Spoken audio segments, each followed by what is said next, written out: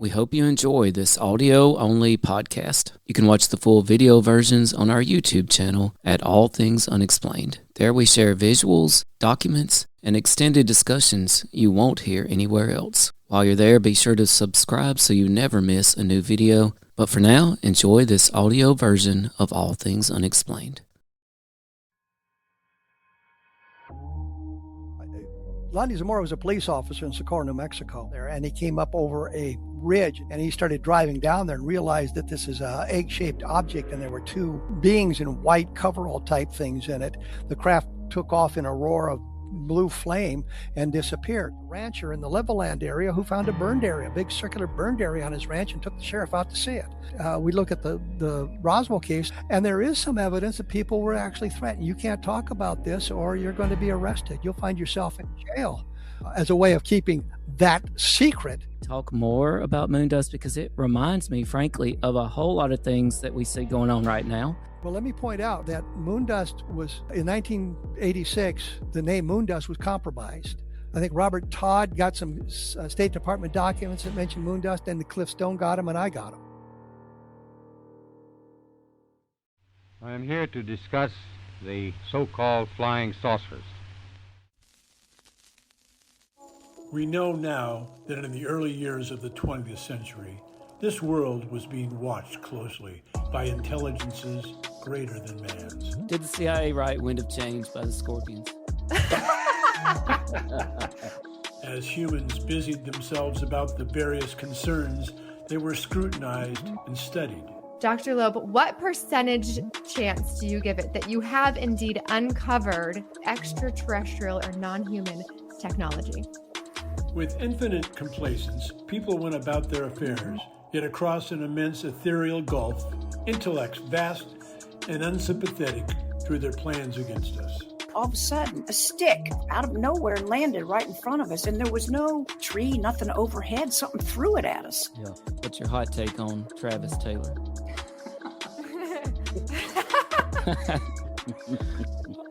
I've got an exclusive for you guys if you want it about the Alaska. We do. Okay. Dr. Taylor was revealed to be the chief scientist of the UAP task force with the Pentagon. All Things Unexplained. So some of that, I think, sir, will save for closed session. All right, Unexplained Ones, this is Dr. Mouse. Welcome back to All Things Unexplained. Today, we're going to be joined by Kevin Randle. He is one of the most respected and prolific researchers in the history of the UFO field. A retired U.S. Army officer, author of dozens of books, and longtime investigator of the Roswell case, Kevin has spent decades separating fact from folklore in one of history's greatest mysteries. Today, I'm thrilled to welcome Kevin Randle to All Things Unexplained to discuss his new book, UFO Sightings and Alien Visitations, Facts and Falsehoods, available now on Amazon. Subscribe and comment on this video for your chance to win a signed copy. Kevin, welcome to All Things Unexplained. It's great to have you. Well, it's glad we finally hooked up with all the other problems we've had this morning. Yeah, I know, but you know what? We persevered. So that means that means the show is destiny. So it's so good to have you. I actually have a little surprise here, I think, for you to see if I can jog some memories for you. Earth versus the flying saucers. A little birdie told me that this particular movie, which I believe came out in the 60s. In the 50s. In the 50s, okay. Does this ring any bells for you, Earth versus the flying saucers? My mother was a fan of science fiction.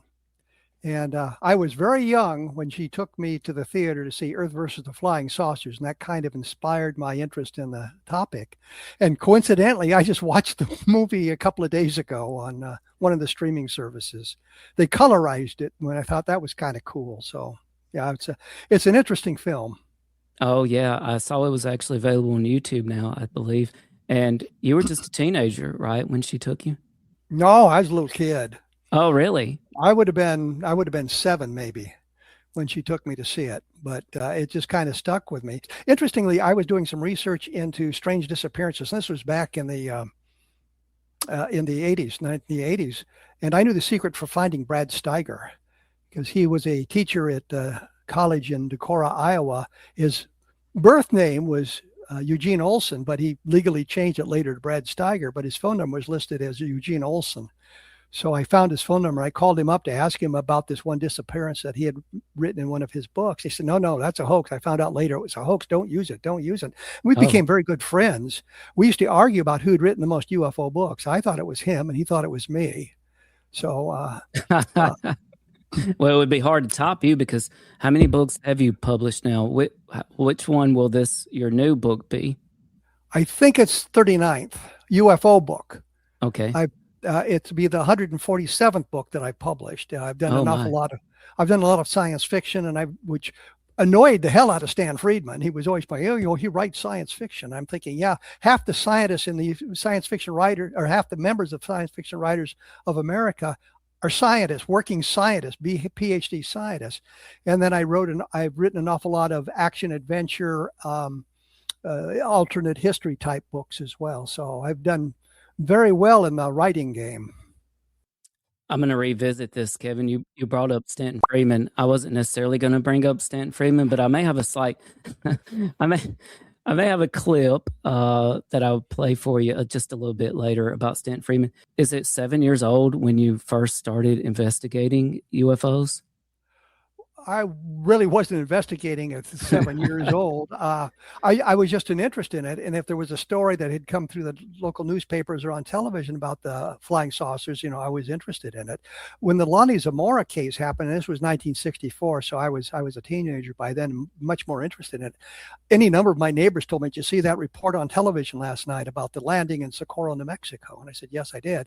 I since had a chance to go in and revisit that case and actually did a book called Encounters in the Desert, which my investigation showed me what was going on and who was doing what and what was wrong and what was authentic, which started because I was interviewing the writers of one of the books.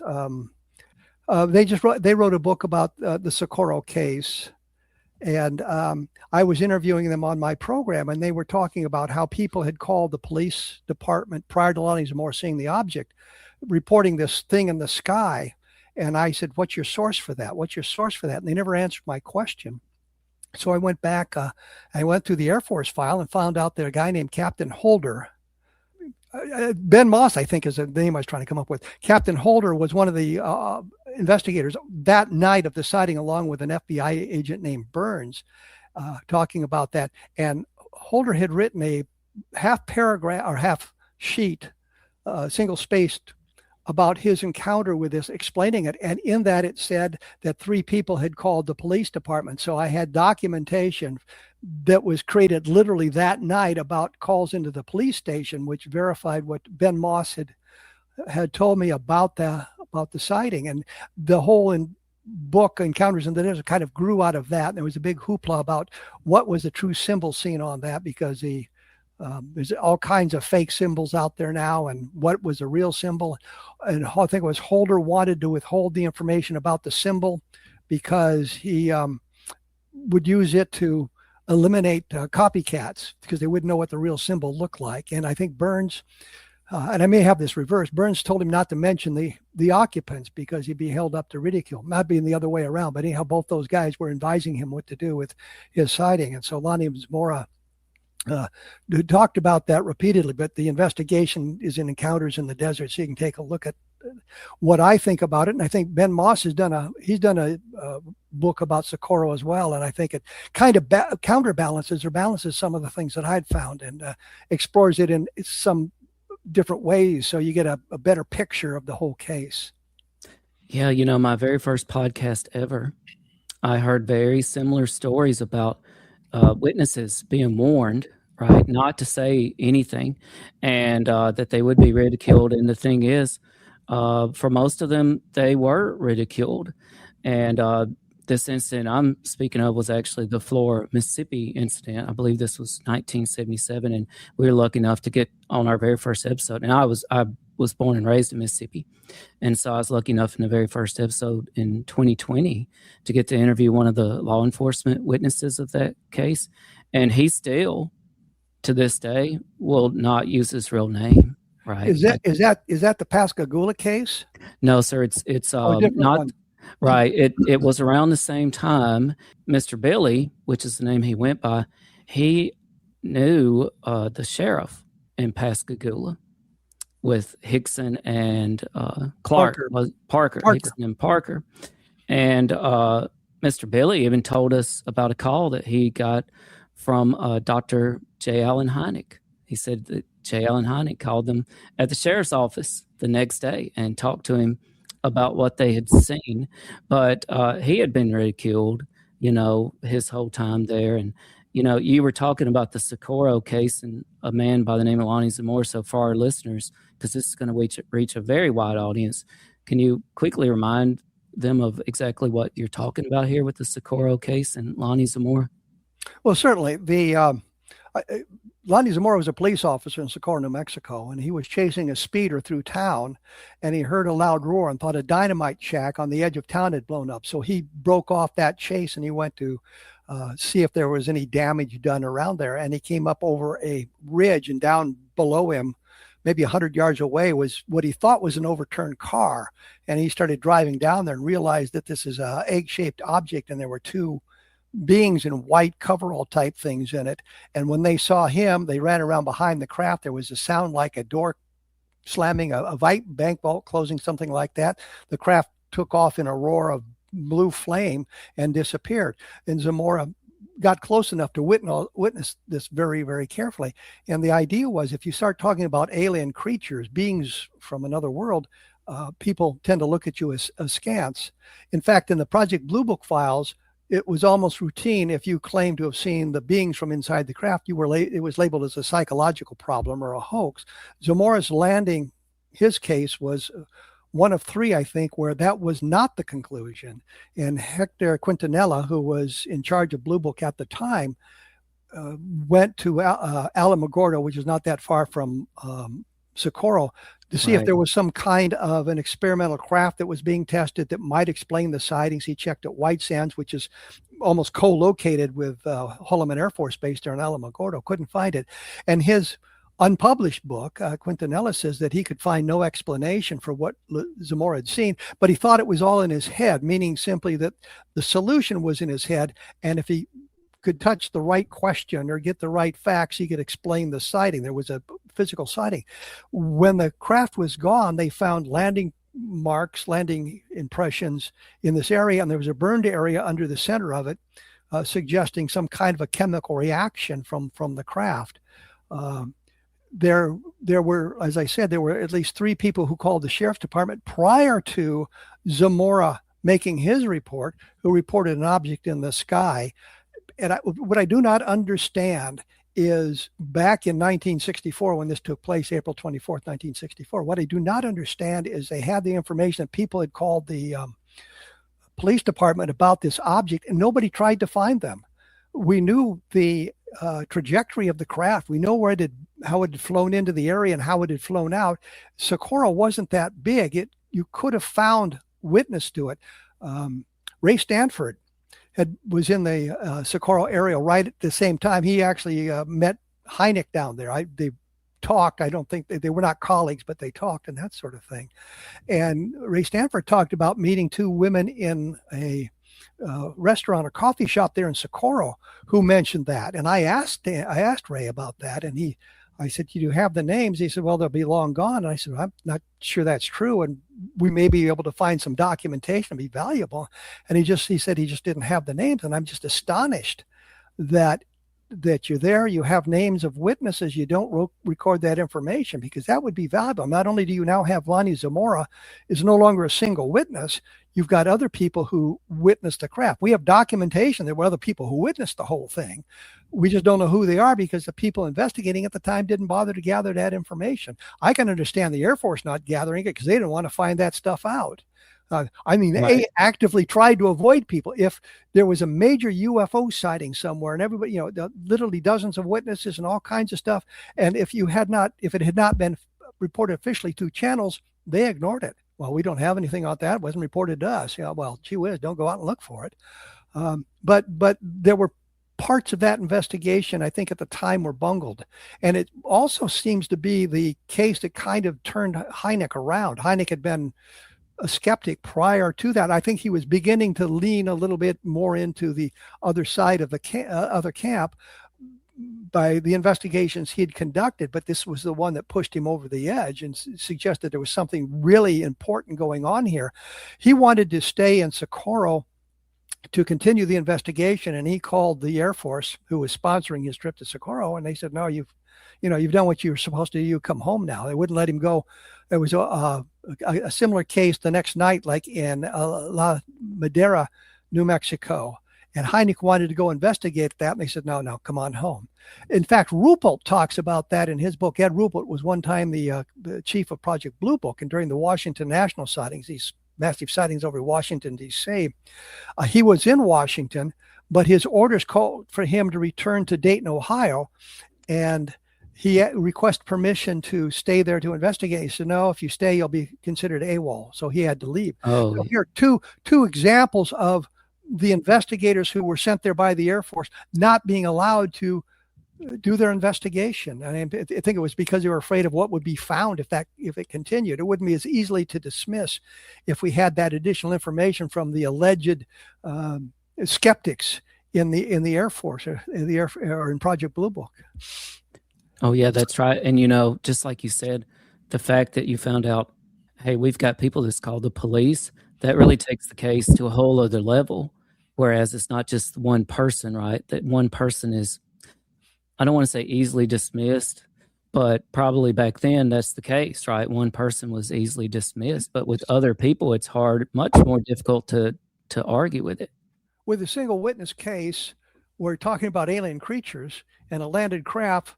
What have you been drinking lately? Right. But the real point is, and the documentation is there. I found it's in the Project Blue Book files. As a matter of fact, Holder's half-page report that went to the Pentagon is in the file, and it says right in there 3 people had called the police prior to the Zamora seeing the object. This is important information that should have been followed up on. Holder, of course, didn't do it, but that wasn't his job. He just happened to be an Army officer who was stationed at White Sands, but his place of operation on White Sands was closer to Socorro than it was to Alamogordo. So he lived in Socorro. And the FBI agent was also in Socorro. So they were doing their job and kind of looking into this. But it was actually Hynek's job and the Air Force's job to investigate this thing. And they did everything they could to prevent Hynek from doing a proper investigation. We can look at the level land sightings. I'm just all over the board here. I know, and I understand That's okay. But in November of 1957, there was a series of sightings in Levelland, Texas, where the craft approached cars stalling the engines. Yes. The sheriff was involved, and his car was stalled, and there were Air Force officers, their car stalled. The Air Force investigation lasted about 8 hours, and they don't know what the investigator, he was a Air Force Staff Sergeant, which is an E5, mid-level enlisted man, lower ranking of the NCO status, was there for 8 hours. He disappeared for a while, but he went back to his base in Colorado Springs, and they wrote the case off as ball lightning. It's still that way in the files. Ball lightning. Ball lightning. Scientists still argue about whether it even exists, but it's always a small phenomena, maybe 18 inches, 24 inches in diameter at best, and very short-lived, matter of seconds. Here's an object that was around the Levelland area for literally 2.5, 3 hours. And the sheriff saw it. He got close to it. And you look at the Air Force investigation, according to that, the sheriff just saw a streak of red in the distance. You look at the newspaper clippings prior to the Air Force officer showing up, the sheriff was talking about seeing a glowing red object that was football shaped or oval shaped, something like that. He got much closer to it. Don Berliner interviewed the sheriff, whose name was Weir Klim, and I just absolutely hate the name. I would like something more like Jack Armstrong or Tom Terrific, whatever, but his name was Weir Klim. He got to the point where there had been so many phone calls. He said literally hundreds of phone calls. I'm thinking dozens and dozens, but he decided to go out and look for the object. He was followed in his car by the Texas Department of Public Safety, which is basically their state police. And that car was followed by a car from Reese Air Force Base, which is Lubbock, which is, I think the base was 15 minutes away from the Levelland area. So they're out looking for this. And the next day, according to the newspapers, the sheriff was talking about seeing this object. After the Air Force investigator got there, now he's talking about a streak in the distance, and he really didn't see it. And then Don Berliner comes in. Don Berliner interviews him again. And a fellow named Don Burleson actually interviewed the mechanic for the sheriff's department at that time. He interviewed them in 2000, but the mechanic from the sheriff's department. And he was talking about how the next day the sheriff brought his car in and wanted to see if there's anything wrong with it. Well, why would he do that?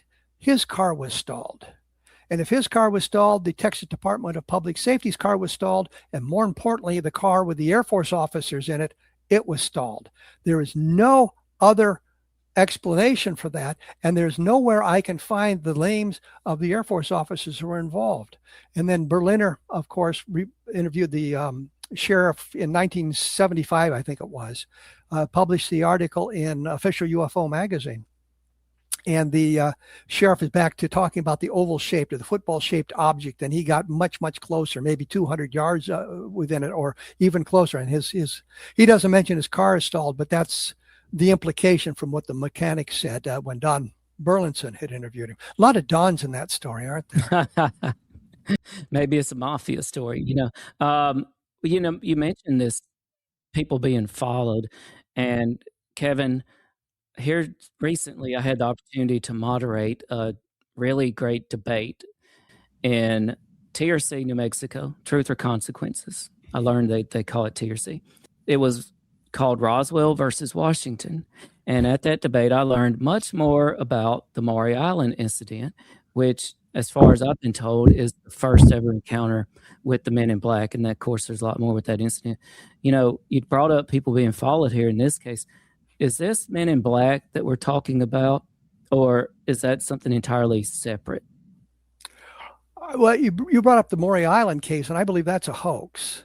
And in one or two of my books, I talk about it at length and present the evidence. George Early, who lived in that area, was very interested in the case and did an in-depth 3-part article for UFO magazine about his investigations in the Maury Island case.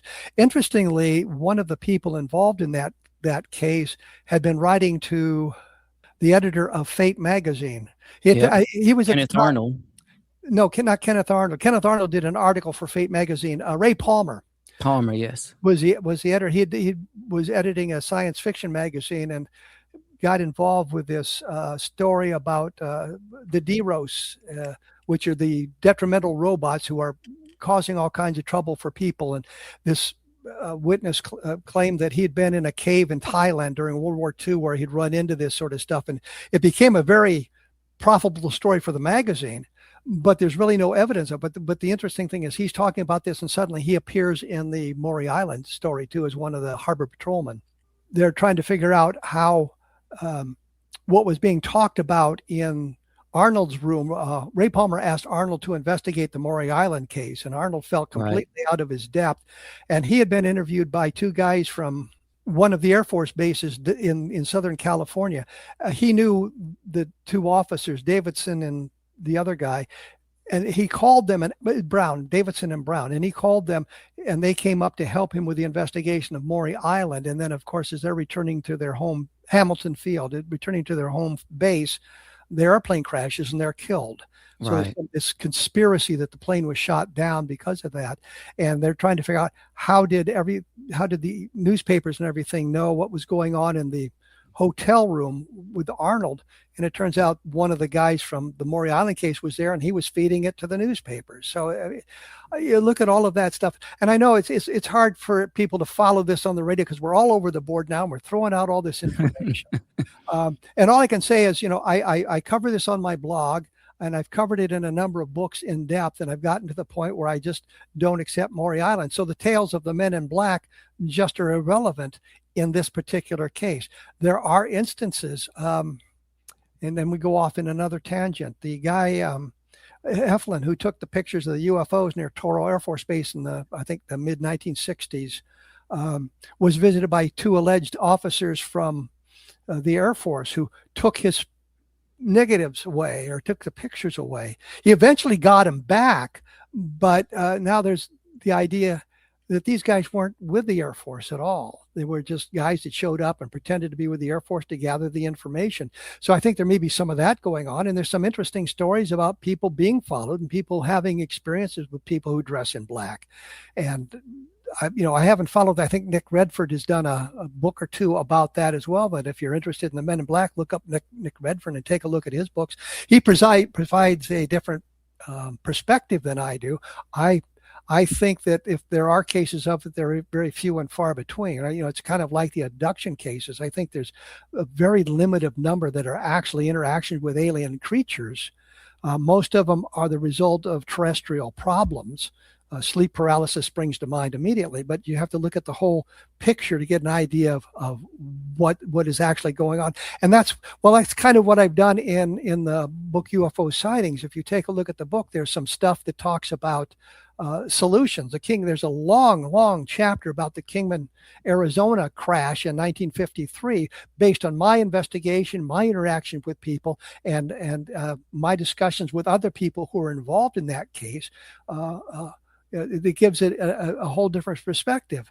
And I come down on the side of this is probably not being a true story. But on the other side of it, I've interviewed Calvin Parker and Charles Hickson a long time ago. Calvin Parker in several times just before he passed away. In fact, if you go to my blog, when I was doing my radio show and podcast, I interviewed Parker. You just type his name into the search engine and you can listen to an hour-long show where I'm talking to Calvin Parker about his experiences, which and it's kind of like the Ben Moss thing. He said something about there being witnesses to the abduction. And I said, yeah, but they came out later. He says, no, they came out the next day. And talking about that, and I got a hold of a document from the Air Force that was dated the next day, and it gave the names of 4 witnesses who were in a position to witness the abduction, but were not involved in it. And so those witnesses showed up the next day. Since that time, Philip Mantle and Irene Scott have done a massive investigation into the Hicks and Parker abduction and found additional witnesses who were doing other things at the time. And we talked about people being scared. One of the women who she saw the object across the river, she was on the other side of the river and saw parts of the abduction, and she didn't tell anybody. And I think either Scott or Mantle asked her why not. And she says, well, my husband stopped me because he said, you'll just be laughed at. You just don't want to do that. And so it's only recently that she's come forward.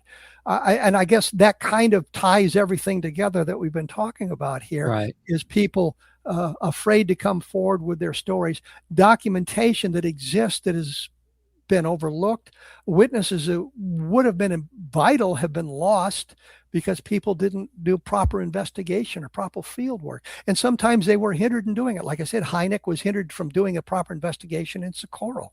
The Air Force NCO who investigated Levelland, he did what he was supposed to do.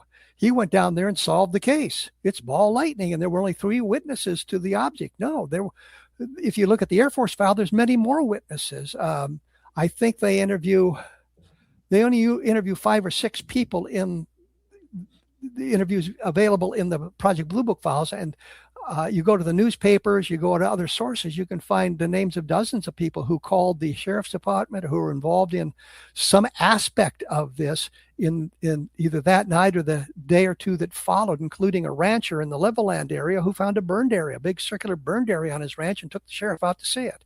So, I mean, the point is there's a lot of stuff out there that was ignored at the time because of the attitudes of people being afraid of being ridiculed. And there is some evidence that people were actually threatened. You can't talk about this or you're going to be arrested. You'll find yourself in jail. Things like that. We look at the Roswell case, and there's any number of people who believe that. I think the Air Force people, or the Army Air Forces people at the time, were told this is classified. If you do it, you're in violation of Army regulations, and you'll find yourself with a $20,000 fine and 20 years in jail. As a way of keeping that secret, And that makes perfect sense to me if it's classified material. Yeah, that's what everybody faces that handles classified material. But they go out and talk to civilians and are threatening them as well. Frankie Rowe, a prime example, who was the daughter of the firefighter who went out and saw the craft in Roswell, New Mexico. Now I'm off onto another tangent. Well, they do call it the UFO rabbit hole, right? Like you just open a little tiny crack and it just keeps on coming. Well, I am so excited and honored to be joined by the legendary UFO researcher Kevin Randle today. Kevin brought up his blog, and if you want to visit his blog, you can go to kevinrandle.blogspot.com. And Kevin, we've talked about the many, many books that you have written. And so this is a good segue into my next topic here.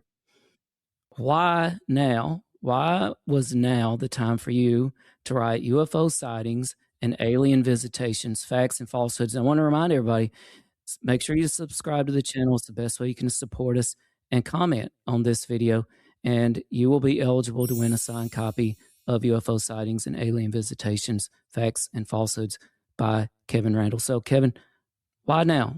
I was doing some research and kept coming up to stories of people seeing aliens in today's environment. And I got in touch with the publisher and said I wanted to do this book.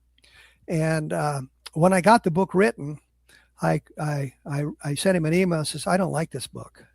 I actually hate this book. I'll send you back the advance. I don't want it published. And he said, no, let's talk about this.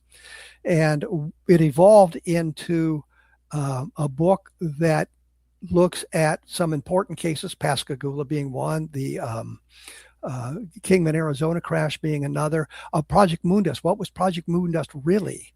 That sort of thing. And it evolved into this book that kind of explains an awful lot of that stuff, and I think in a different tack. And now it's a book that I find I'm very proud of having written this book, because I think it's a very good book.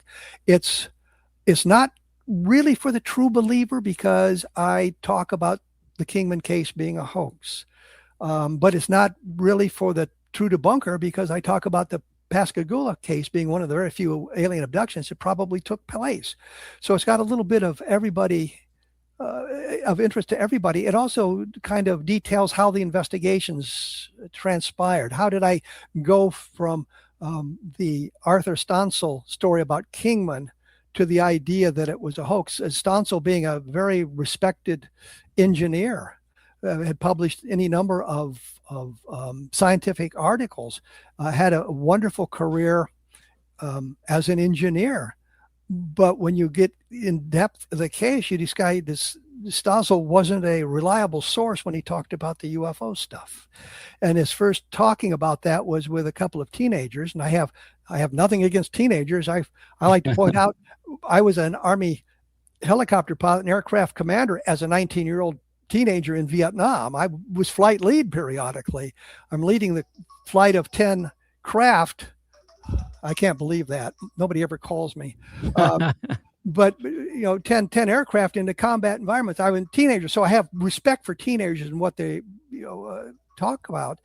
But I think he was spinning stories, and he later on came out. Well, he was the one that introduced the Kingman crash to everybody, and he came out and said that when he drank, he tended to make stuff up, and that kind of undercuts the validity of what he said. So you go down that rabbit hole and you look at that, and I explore all of that, talking about Stancil and some other witnesses who have come forward, and some of the other things that have been talked about. David Rudiak really went down the rabbit hole, searching newspapers from that era, many newspapers, and coming up with some really weird stories about two guys walking down the road near Kingman, Arizona, being arrested by the police, taken to jail, and they disappear from the jail cell. I mean, there's just all kinds of weird stuff around this thing, but the initial story by Arthur Stancil probably will not withstand any dispassionate scrutiny. So you look at that stuff, but that, like I said, on the other side of the coin, I look at the Pascagoula case, and it's kind of the polar opposite of Kingman, because you have the additional witnesses. You have in Calvin Parker, probably the salt of the earth, the nicest guy you'd ever want to meet, but wasn't the brightest bulb in the display. And he and Hickson weren't capable of coming up with the elaborate story, including some of the other witnesses coming forward the next day, for crying out loud. So it's kind of the polar opposite. I do want to point out, because we were talking at one point about people being harassed. Calvin Parker spent a great deal of his life being harassed, and he told Hickson before they even became famous on October 11th, 1973, he just didn't know what to do. He didn't want to talk about it. And Hickson says, well, just tell him you were rendered unconscious. You don't remember anything. I'll handle it. And so that's the way it was for a long time. And then as Hickson got older, or as Parker got older, he began to open up, and he opened up to, like I said, Irene Scott and Philip Mantle, and they've done a number of books with Parker and a number of books on their own dealing with the Pascagoula case. So you can see the documentation, you can see the list of witnesses, you can see how that story should have been investigated back in 1973. But the real point here is, like we talked about, Parker said that he quit one of his jobs. A film crew showed up from one of the local TV stations at his place of business, wanting to interview him right away. Well, that's very disruptive for not only the business, but what he wants to do. And he didn't want any part of that sort of thing. And so they sort of chased him around. He had a number of experiences with, I don't want to say psychotic episodes, but I guess you might say sort of pressure got to him, causing some problems. And Right. he was actually taken. His brother took him to the emergency room, and had him in a wheelchair, pushed him in, and they mentioned what he wanted, and they just left him sitting there for 2 hours. And he's in the emergency room. They just ignored him for 2 hours. And Parker finally said something to one of the doctors, or said something to a doctor, and the doctor just came unglued that they would leave somebody, regardless of what their experience is, leave them sitting there for literally hours without providing any help. I mean, he just had anxiety attacks, I guess would be the best way to put it. Some anxiety attacks based on his experiences, not only with the abduction, but with the news media and people just showing up at his house or commandeering him. And I think there's one point where he was in the grocery store and somebody came up and wanted to talk to him about the experience. Right. So I believe he passed away recently. Didn't Parker? Yes. Yeah. Hickson passed away 10 or 12 years ago. Parker passed away a year or two ago. Yes, he did. Yeah. Parker passing caught my attention because he passed away nearly at the same time as one of my favorites, Jimmy Buffett. And Jimmy Buffett, ironically, was from Pascagoula, Mississippi. And they both passed away near the same time as each other. So I actually dedicated one of the episodes of the podcast to Parker and Jimmy Buffett, both, I thought, Pascagoula, legends. So that was interesting, I thought. And Kevin, I think this really makes you another level of valid when you're willing to say that something is maybe not true, right? Like, that's real life. I think, like, you can be open-minded and search for the truth. And some things are going to be true, but some things are just not going to be true. For you, what separates a good UFO case in terms of research from maybe a bad one? The best case would be one with multiple chains of evidence, meaning you have the witnesses. Maybe the craft landed and left a landing trace that's kind of inexplicable. Maybe somebody has pictures. Maybe there's a radar trace or sensor data. Fran Ridge, who just passed away not long ago, had established the MADAR network, which is sensors around the world, literally around the world. I think there was like 100 and some node centers, and they were set up with various instrumentation, magnetometers, Geiger counters, and things like that, that if there's a close approach of a UFO, those sensors might be tripped and you could gather information that way, which I think is a marvelous idea. But a good case has these multiple chains of evidence. I investigated a case here in Iowa at the Mana Colonies where there was a fellow taking 3 pictures of a streak of light across the sky. And we went to investigate that thing. And at first it was inexplicable. We couldn't understand it. We're measuring the strength of light, and we could see foreground details, so we could get an idea of how far it had traveled and get a speed and all these kinds of things like that. Of course, later on, I realized if it was traveling at an angle, it threw our speed calculations all off. But the point is, eventually we got to the point where Russ Estes, who was a documentarian living in California and interested in UFOs, and we were putting those pictures under some of his computer equipment, and we were able to expand the streak of light, and we actually were able to identify the light plane at the beginning of the streak. So here's a sighting where it was confusing for a long period of time based on the witness testimony. And I don't think he was confabulating it at all. I think he was giving us the information as best he could. He was telling us about how he had taken the pictures and all that. When we plotted it out, we assumed it was moving parallel or perpendicular to the camera when it was in fact off at an angle. So that gave us a false, some false data. But the ultimate explanation came when we got the equipment that we could upload to a computer network, a computer program, and see the light aircraft. So we solved the case, but it was one that was inexplicable for a while.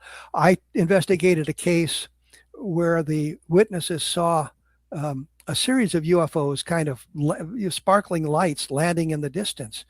2 weeks later, the woman involved in the sighting produced a drawing of a dome-shaped craft that she had seen. And then about 2 weeks after that, she produced a drawing with silhouettes in the craft. So now we had a sighting that had some very interesting elements. I went out to the site about the same time of night. They said they'd called the airport, and the airport said, well, you had no airplanes landing here or anything like that. But I was out there. They had no commercial flights, but of course, general aviation was in and out, or business aviation. I sat there and saw exactly what they had seen that night. It wasn't originally star-like things coming down. It was airplanes in the traffic pattern to land at the airport. So I knew what the case was, but she was so frightened by it that her mind created, well, it was an object with some kind of humanoids in it. And that made her, I guess, maybe feel better, or some kind of association that made her feel better with that sort of thing. But what they had witnessed was aircraft landing lights going into the airport. So you have to look at all of that. But that's what the investigation is about.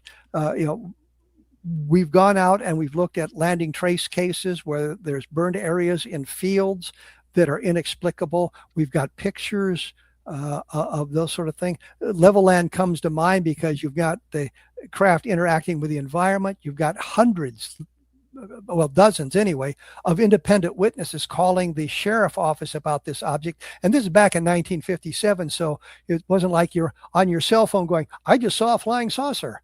This flying saucer came down and stalled my car. There was not that immediacy. You didn't learn about it till the news was reported the next day in the newspapers. And yet these people started calling the sheriff's office around 10:30 at night.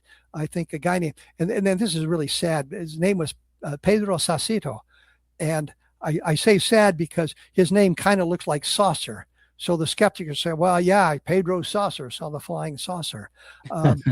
But he had been a veteran of the Korean War, as a matter of fact. And when the object came down and stalled his car, he dived out of the driver's side and rolled underneath the car for protection. And his passenger sat there stunned, and the object was on the ground for 4 or 5 minutes. It took off. And then when he got back in the car, he could start it again. And he didn't want to go to level land report it. He called the sheriff, and that was one of the first calls. And of course, the sheriff's deputy thought he was drunk and didn't want anything to do with it. But then he been getting more and more calls of this thing all around the level land area. And so you've got a case with multiple independent witnesses. You've got the object interacting with the environment. I don't know of any natural phenomena that will stall your car engine. I think if it's struck by lightning, it'll destroy it, but it won't stall it so that you can start it again. And then you've got a landing trace that one of the ranchers called the sheriff, and he went out and saw this landing trace, this burned circular area in his cotton field. So you've got these levels of evidence. had it been investigated properly at the time, the Condon Committee, the University of Colorado study commissioned by the Air Force to study Project Blue Book back in the late 1960s, they said, well, what should have been done was a magnetic mapping of the car.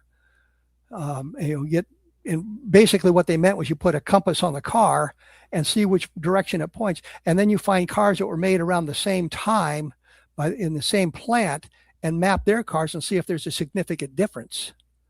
And so for years, when I get a car, I'd go out and magnetically map the car in case I ran into a flying saucer that stalled my car engine. But I mean, here was something that, granted, it would have been difficult to do in the 1960s, 10 years later. It would have been difficult to do, but it could have been done to see if the magnetic signatures on any of the cars differed significantly from other cars of the same make and model that were manufactured at the same plant around the same time. Yeah, that's a difficult part of the investigation, but it could have been done. If we talked about magnetic mapping prior to 1957, it was something that should have been done. But we do have multiple chains of evidence, and lately we've run into the same thing where I think the Nimitz episode is a good example of it, where they saw the object optically, they saw it on sensors, and then your men in black showed up the next day and confiscated all the sensor data. I'm not sure they were dressed in black, but they certainly were. But they were civilians that showed up and they had the authority to confiscate that data. I talked to John Callahan, who was an FAA guy around some of the sightings, and he was at the White House talking about what his data had shown during one of these sightings, and he was approached by two guys in civilian clothing. Says, "We're not here, so we're not here today. We're not doing anything here today." So there is good evidence that goes on, and that kind of underscores some of the importance of it. But once again, you want a case with multiple witnesses. You want a case that it's not a streak of light seen in the sky for 10 seconds, because you can't get a good look at it in 10 seconds. I always look for a case that's at least longer than a minute before we get really interested in it. And if you've got multiple independent witnesses, that's great. If you've got photographs, that adds to it. If you can find a radar track. And Callahan showed up to the investigation. I think it was a Japanese 1628 sighting of a number of years ago, where he had the radar data from the FAA radars in the area. And he had mapped it out and charted it so that you got not only the radar data, but it was correlated to the discussion, the radio transmissions between the ground and the aircraft and that sort of thing. So it was a very, very impressive case that way. So again, multiple chains of evidence. Right. And I'm pleased to be joined by Kevin Randle. He's the author of UFO Sightings and Alien Visitations, Facts and Falsehoods. And if you want to pick up your copy, it is available today on Amazon.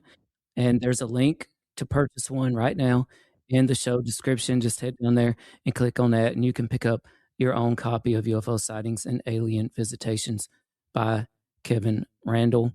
One thing I've noticed, and I've been wondering about this for quite a while now, and you get into this in your book, if we are to believe, and the government themselves and the military has slowly gotten into talking about UFOs. They started calling them UAPs, right? And that they seem more willing to talk about it, and we're getting UFO files trickle to us. And if we are to believe that there is some sort of craft in the sky, physical objects, and that there is some sort of intelligence controlling them, this actually brings up some disturbing things.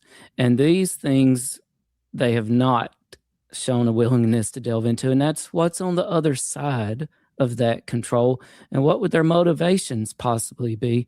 And you get into this in your book with alien abductions that you talk about. One thing I was fascinated with is this talking about airships. What can you tell us about the airships phenomenon? Well, great airship from 1897. To me, it's kind of a frightening thing. And I say that simply because if you look at the airship sightings, they mimic what we see today in the world of UFOs. Excuse me.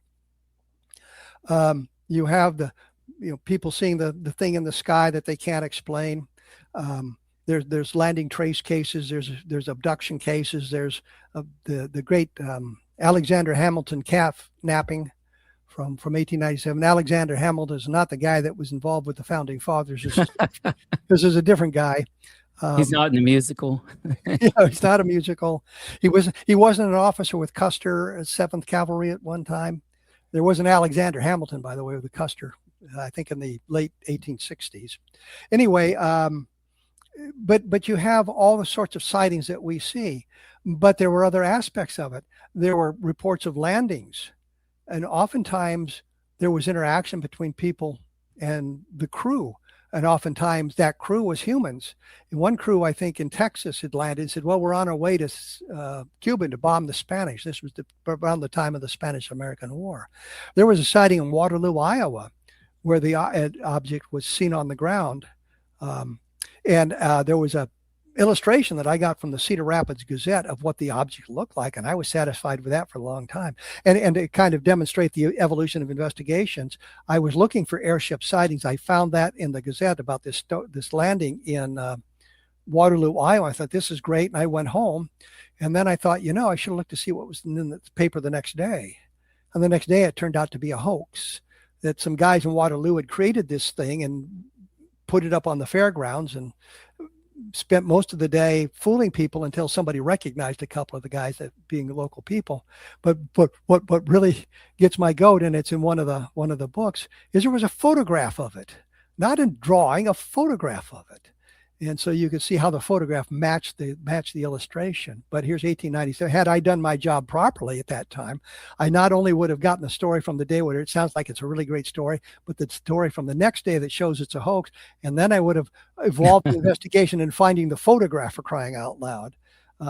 So that was explained that way. I think the vast majority of the airship sightings were fake. They were hoaxes. I in a book I did called Crash When UFOs Fall from the Sky, and there's a listing of the number of times the airship crashed. Supposedly blew up in Aurora, Texas, for example. Right. There was supposedly crashed near Jefferson, Iowa, and that was in my book. And I got a email from the editor of the Jefferson newspaper in today's environment. And he found that little blurb. He said, do you know anything more about that? And I said, no, I just, I had everything I knew was right there. So he went back to the archives, what they call a morgue in the newspaper business. And he found some stories, and we were able to get down. It was a very elaborate story of this crash and how the people came out and they were digging down to rescue the people that were in the crash and all of this stuff. And it's complete and total falsehood. And again, it's on my blog, so you can look up the Jefferson airship and you can read the evolution of the investigation. But it was a fascinating story. But here we are, 120 years later, and conducting investigation of something that happened that long ago, and we're able to actually find the information about it and solve it. And just, we know who some of the people were. We know what happened to them, the townspeople, not the UFO crew, because there was no UFO crew. Right. But the people pretending that, and that's kind of the interesting thing. But that ties into the airship story. So what I used to do whenever I had an opportunity to travel around, and either in my job with the military or whatever I was doing, I would try to hit the local newspaper morgue and look up stories of either UFOs or the airship, collect those stories for either later investigation or see what happened there. And I was able to find a lot of them. So I have a lot of the information about the great airship from 1897. And I will stay here to entertain as many people as absolutely possible. The Aurora, Texas crash never happened. It was invented by what they call a newspaper stringer for the Dallas Morgan News. A stringer being a guy who's not employed on the newspaper, but he writes stories for them periodically when something happens in his area. And he created this story about the crash in Aurora, Texas, because he wanted to draw attention to Aurora. Story was losing population because the railroad hadn't gone through Aurora like he thought it would. It went a different direction, and he was trying to generate interest in his town.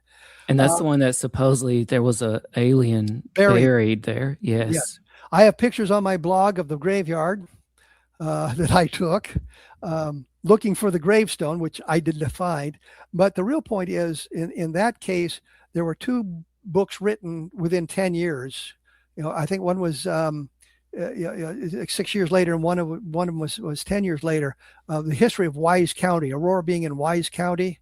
Neither book mentions a word about this, and you're thinking, here's something that was a interesting story, maybe a big story back in 1897, and yet the historians putting together the history of the county failed to mention it. Well, what does that tell you? It didn't happen. Right. And they knew it didn't happen. So it seems like it would have been a significant event. And the other side of the coin, when I was doing the investigation, and I was actually there with a woman who became my fiance. We never ended up getting married, but she was my fiance. And we interviewed a number of the people there, and she saw something on television about the Aurora, Texas class. And they were interviewing this guy with these gnarled fingers from arthritis or something like that. And she said, "You remember that guy?" And I said, "Yeah, I remember him. He telling us that it didn't happen." Now he's on television saying, "Yeah, it happened." I think he was 5 or 6 years old when it happened. So we were there in 72. Yeah, we'd been 72, but while I was still in the Army. And she remembered that. But here's a guy who had been 5 or 6 years old. So he was like late 70s, early 80s. And one instance talking, no, it didn't happen. It's a lot of nonsense. And then later on, to get his 15 minutes of fame on TV, there he is. And the only reason I recognized him and she recognized him was because of his fingers being all distorted because of the arthritis.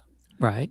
But my conclusion is the Aurora, Texas case didn't happen, and yet we've got an awful lot of investigation going. They haven't turned up anything of significance in their investigations. They said, "Well, we found this metal that was very old, but the metal was apparently some kind of alloy that was created like in 1908."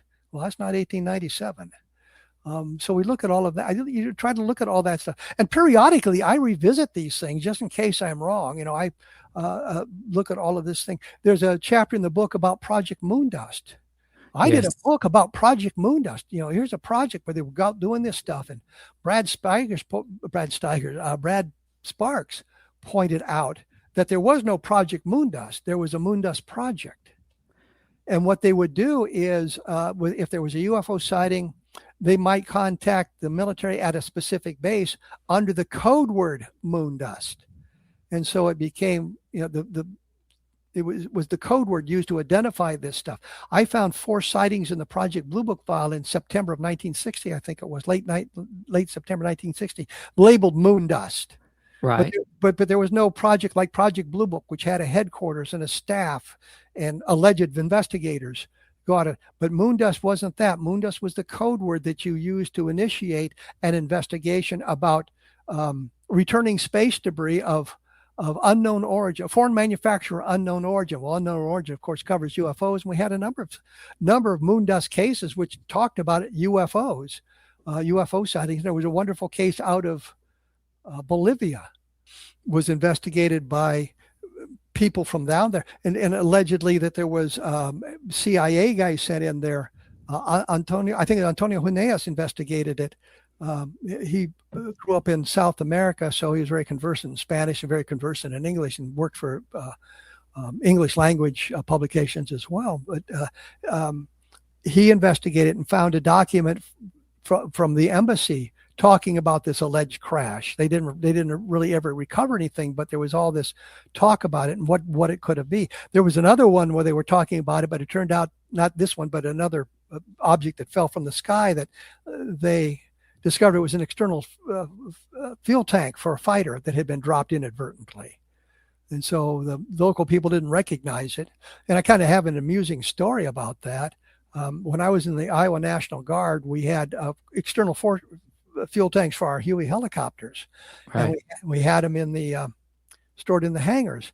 And I was leading a group of youngsters around, showing them the helicopters and talking about it. And we came to the external fuel tanks, and one of my friends yelled out, "Show show them the bombs. I just couldn't convince them they were not bombs. They were external fuel tanks, people. That probably got somebody's attention, right? Sure did. And you know what? Kevin Moondust, I mean, that was one of the most intriguing parts of your book, UFO Sightings and Alien Visitations, for me. I think it was the final chapter in the book, Moondust. And I would love to have you back on the show in the future to talk more about Moondust, because it reminds me, frankly, of a whole lot of things that we see going on right now. I'm not saying that it's literally Moondust, but it, to me, it reminds me of so much that is happening right now. Well, let me point out that Moondust was in 1986. The name Moondust was compromised. I think Robert Todd got some State Department documents that mentioned Moondust, and Cliff Stone got them, and I got them. And this is how we developed that. And Todd filed a FOIA request requiring or asking for the new code name.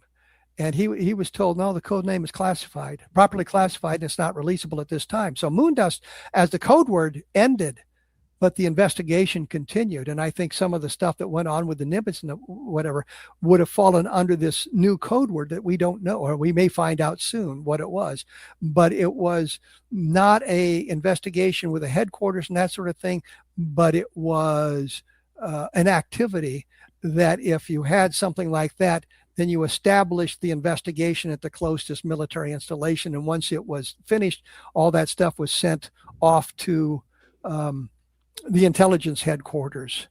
That's right. So, yeah, I'd be delighted to talk to you about Moondust. Oh, that would be great. And I would love to have you back on the show. We definitely want everybody to go out and purchase a copy of UFO Sightings and Alien Visitations, and make sure that you subscribe to the channel and comment, and you could win a signed copy from Kevin Randle. And Kevin, you just brought up a couple of things there, and this is the perfect opportunity for me to transition real quick to this. One, a man by the name of Robert Todd, and two, FOIA request. And Kevin, I'd love to play something for you. Recently, the National Archives released some audio from the 1994 Roswell report, which was put out by the Air Force. And I spent many hours walking the dog listening to the audio of some of the interviews with people. And then I thought, you know what? I should compare this to the transcripts from the Roswell report. And I discovered, one, that a whole lot of the audio from the interviews is not in the transcripts from 1994. And two, there was a pattern to the audio that was missing. And the pattern was things that were maybe embarrassing and some things that were quite shocking, in my opinion, were simply left out of the transcripts. And they might do something like put the word pause in parentheses in the transcripts. And so over 30 years later, I discovered, wow, there's parts of the Roswell report that the public knows nothing about. And I want to play this clip. Well, let me interrupt just for yes, sir. Quick point. A lot of those tapes that you're talking about, the audio and video tapes, those were investigations Don Schmidt and I conducted. Provided to the Fund for UFO Research. Some of it was from what Stan Friedman had recorded. Some of it was from a conference held in Washington, D.C., I think in 1990, 1991, where we brought the witnesses in and interviewed them. So it wasn't Air Force investigations of this. It was us investigating them and providing those transcripts to the Air Force. They were supposed to be returned and not put in the National Archives because it was copyrighted material. And I want to get it pulled down because the transcripts with Glenn Dennis, for example, the interviews with Glenn Dennis, I believe Glenn Dennis was making the whole thing up. But now it's out at the National Archives under the auspices of the United States Air Force investigation, and it gives it added credibility to Glenn Dennis that I don't think he deserves. Right.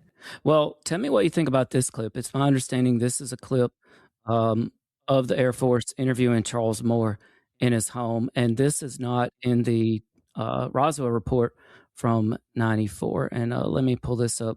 Prefer you not give us copies of all this information? Right. He's dug up the things with Colonel Duffy, and he wants to be sure that they don't get released to the other UFO buffs or the UFO buffs. I think he's not one under Freedom of Information. So I think he's willing to have it transferred to you as a private communication. I see. I think Colonel Weaver promised that he could arrange it so that it would not come under Freedom of Information disclosure, which may be odd for Todd to be asking, but I thought you'd find that of some interest. Yep, that is very interesting. I've gone through some of Colonel Weaver's transcripts as well in the big report, and he's talking to Sheridan Cavett about what he saw when he was out on the debris field with Marcel and Mac Brazel. And the discussion is about the balloon, and Cavett said he recognizes the balloon immediately when he saw it out in the field. And my comment was, well, why wasn't the next question, why didn't you communicate this rather important piece of intelligence to Marcel and Colonel Blanchard? You've identified it in the field as a balloon. They're running around talking about a flying saucer. You don't bother telling them, yeah, it's just a weather balloon. Why didn't that question never was asked? And that was the one that always tripped me up. What we saw in the photographs in General Ramey's office of the debris, that was a weather balloon. There's no question about it. And the problem is they have a Raywin radar target as part of it, but now we're getting into another rabbit hole. but the point is the flight that they alleged left the debris had no Raywin targets on it. Because there's something else that I would love to have you back on to talk about, and I'm not even going to bring it up because I know it might take quite a while. But I was told to ask you about Flight 4 versus Flight 5, but I just want to plant that seed. Well, let me just say I just done a long piece on my blog about Wikipedia being biased about their reporting on the Roswell case, and they're all over the Flight Number 4 mogul nonsense, and I kind of take that apart in that blog piece so people can go like today and read it and see what I have to say about it. But there's a lot more information about the difference between 4 and 5 and what happened at that time that just eliminates Flight 4 from the hierarchy of UFO stuff, because Flight Number 4 was canceled. There's pictures of Moore on my blog. I was at Moore's house 2 or 3 times. I've got, when we began our investigation into the mogul flights, I had gathered the winds aloft data for my research purposes and realized I was not competent to determine which way the winds were blowing or how far they would take things in New Mexico. But Moore certainly was, as an atmospheric physicist living in Socorro, New Mexico, by the way. Right. And I was in communication with him. And as he got interested in this, he asked me for charts that were on my microfilm. And I sent him charts and charts and charts of that. So he was able to review that material and come up with a flight path that does not match that was determined by other people. But it's a long involved story. But the point simply is, I've got a picture of Moore sitting in a microfilm reader at the library at the university or there in Socorro. Well, there you can. That's Charles Moore from my blog. And in fact, in the big fat report, there's a long transcript of the interview with Charles Moore, which goes off into flights of fancy, if you will, right, about the balloon launches and all of that. And we have to give Colonel Weaver thanks, because he got permission to use Dr. Albert Crary's diaries and field notes. And Crary was the head of the project there in Alamogordo with the Project Mogul balloons. And we can see that we have a listing of all the launches, and Flight Number 4 is not mentioned because, according to Crary's notes, it was canceled because of clouds. They couldn't fly it. They sent up a cluster of balloons later on, which is not a flight. Moore told me that Flight Number 4 was configured like Flight Number 5, and we have the schematic for Flight Number 5, and there's no Raywin targets on it. Right. And, Robert Todd, at best, he was a Roswell skeptic. I suppose at worst, a Roswell debunker. In your opinion, how much influence did he have over people like Charles Moore and even the Air Force themselves? Because those people you mentioned didn't want to go down the rabbit hole into the alien spacecraft, he had a great deal of influence with them. and they would look at what he had said. With Moore, for example, Moore says, well, we launched the balloons at 2:30 or 3 o'clock in the morning on June 4th. The problem is they were prohibited from flying those arrays in darkness or cloudy weather because of the long arrays were a hazard to aerial navigation. So you get to dawn on June 4th, and the field notes from that time state specifically that they canceled the flight. There was no balloon flight today. And that stuff is published in the Air Force report, so we can see it. We see the field notes. We see exactly what Crary had to say about it. There was no data collected. Moore tells us it was as successful as flight number 5. Well, if that's true, why is there no data collected? Why is flight number 5 listed as the first successful flight? Because 4 was canceled. And that goes back to what you were saying about paper trails, right? Like, I mean, they kept meticulous documents that are still around today. There would be a paper trail. But it was Colonel Weaver who got permission from Crary's widow to use his field notes or copy his field notes and copy all of that material for us, so we can look at it and we say, look, this is what we done. So when you look at the Air Force investigation at Roswell, which I think had the biases, there was no alien spacecraft, so that sort of thing. But you look at what Weaver did in his investigations, he did gather data and publish the data that was helpful to our side. So you've got to look at all of that sort of thing. Right, exactly. And I'm talking to Kevin Randle. You can pick up a copy of his new book, Because by the Magic of Podcasting. Today is August 25th. And it's available on Amazon right now. And all you got to do is click on the link in the show description to pick up UFO Sightings and Alien Visitations. Kevin, would you be up for answering a couple of listener questions real quick? Real quick. Okay. Yes. No, fine. Whatever it takes. Our first listener question is from Marie. She heard Jesse Marcel had a diary that got passed on to his children. Do you think there's a diary out there? There is a document that was found in the papers of Jesse Marcel that looks like some semblance of a document. It was in what was the kind of book that the Air Force, the Army handed out to keep notes in and that sort of thing. So it's sort of a diary, but it's quotes from other people, interesting things that happened. And then in the back of it, there's additional information that it's written in a different hand. I think what happened was Marcel shared an office with a guy named, I don't remember his name because it didn't come up until recently. And I was looking to see if the guy's name showed up in the yearbook that Walter Hott had created. And it didn't, but I also have a copy of the Army Air Force's, the local base directory. His name does surface in there.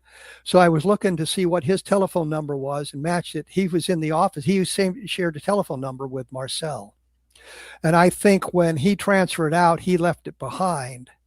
And that Marcel, when he was cleaning out his desk, when he was either discharged or he was transferred, he just dumped it in there. So yeah, there's a book that is sort of a diary that Marcel had in his possession. It has nothing in it to relate to the Roswell case or the Roswell crash, much to our great disappointment, because we had hoped that there would be some kind of notation. There just simply isn't. Right. Well, thanks for answering that. And this next question, Kevin, it's a bit on the skeptical side, but I thought, hey, I'll throw it in there because they wanted to know. And your book is literally like it's both ways. It's facts and falsehoods. So I think that this question will be just fine. It comes from listener Stephen Johnson on X, and he submitted this actually this morning. Why has there been zero hard physical evidence, for example, live or dead aliens, wrecked or captured crafts, that sort of thing? At Roswell, the reason is the military collected it all and sent it off to Wright-Patterson Air Force Base. We have a great deal of testimony from very reliable people. Almost every member of Colonel Blanchard's staff in Roswell we were able to interview, with one exception, told us it was, an alien spacecraft. I talked to the provost marshal about this, And I asked him, are we following the right path? And he said, what do you mean? I said, well, we think it's extraterrestrial. I said, well, let me put it this way. It's not the wrong path. Here's a provost marshal would have been security, responsible for security on the base, telling me it's extraterrestrial. Yes. We talked to a number of people. The only exception is, I think, was Barrowclaw, who was either the executive officer or the chief of staff at Roswell in 1947. And he wrote to Kent Jeffrey that it never happened. There's nothing to it. And I wish people would just stop bothering me with this, which gives you another idea of where things went. But every member of the staff that we could find in interview, with the exception of him, suggested it was true. We have a document from the Secret Service dated December of 1947, thanking the provost marshal for his assistance in the events that in something that took place in July of 1947. Yes. Well, there's no reason for a Secret Service agent to be in Roswell unless there's something else going on. And we had heard from a number of people that there were Secret Service people there in July of 1947 representing the president. So, here's a piece of documentation. But when you're talking about the Roswell case, it couldn't have happened in a worse place for those of us who would like to have the absolute truth, because the military was well respected at the time.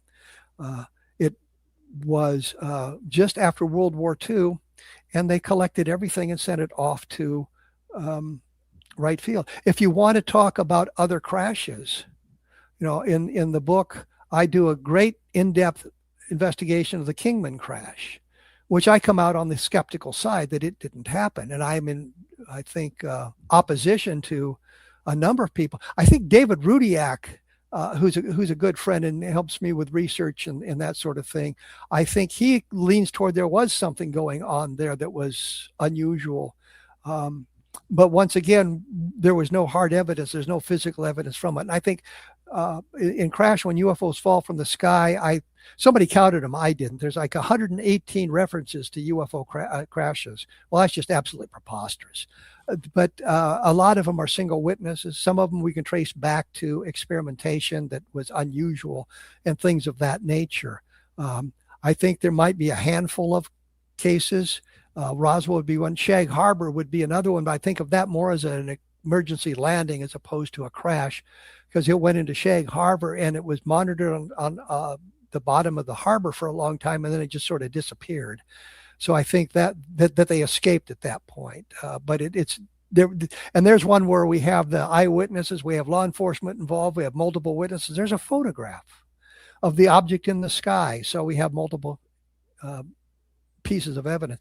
But I think the problem is the hard physical evidence and the aliens is relegated to one or two cases, and the military was there right up front to gather the material up and was able to shut down the questions. We didn't really think of anything of Roswell, and I remember arguing against UFO crashes for literally decades. And when I saw the book The Roswell Incident by Charles Berlitz and William Moore, I thought, no, I'm not even going to buy it because this is nonsense. This is Aztec recycled.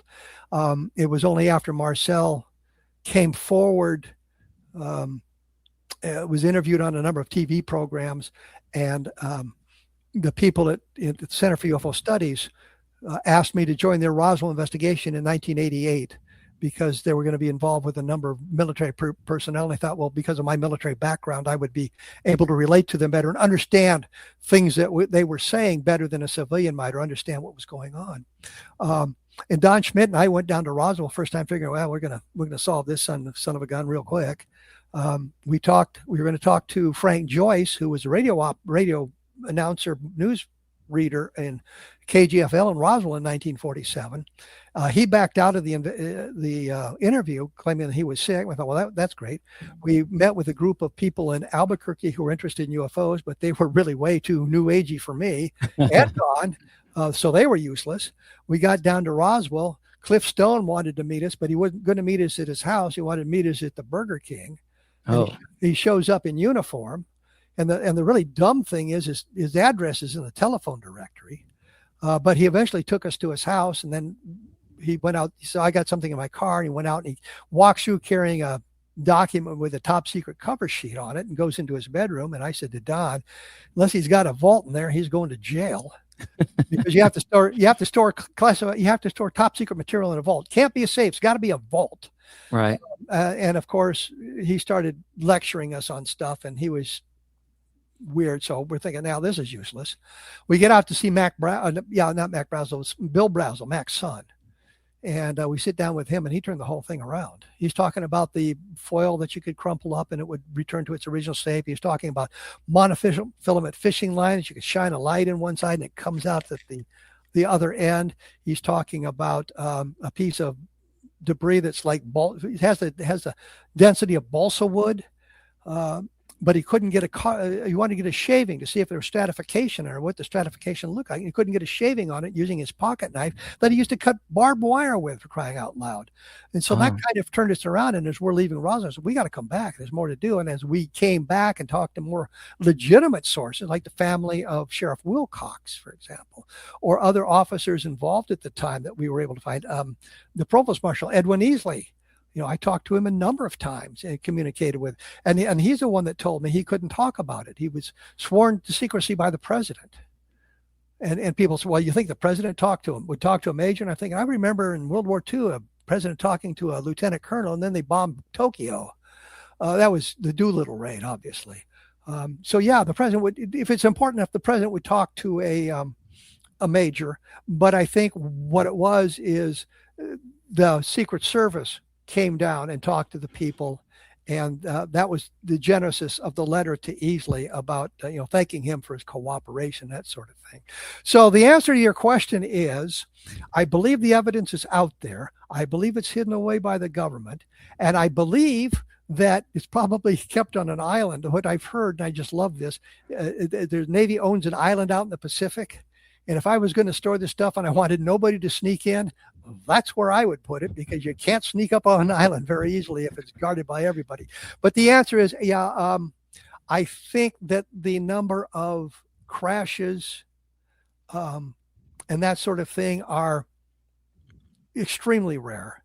And they were able to cover that. There are some pieces of debris that have been recovered from other instances that are suggestive of technology that didn't exist at the time. I'm thinking of the Yuba Tuba example, for example, from 1957, that was magnesium of a purity that was basically only available in Dow Chemical laboratories, and it was a very expensive process. And yet it was littering a beach in Yuba Tuba, Brazil, when the craft exploded.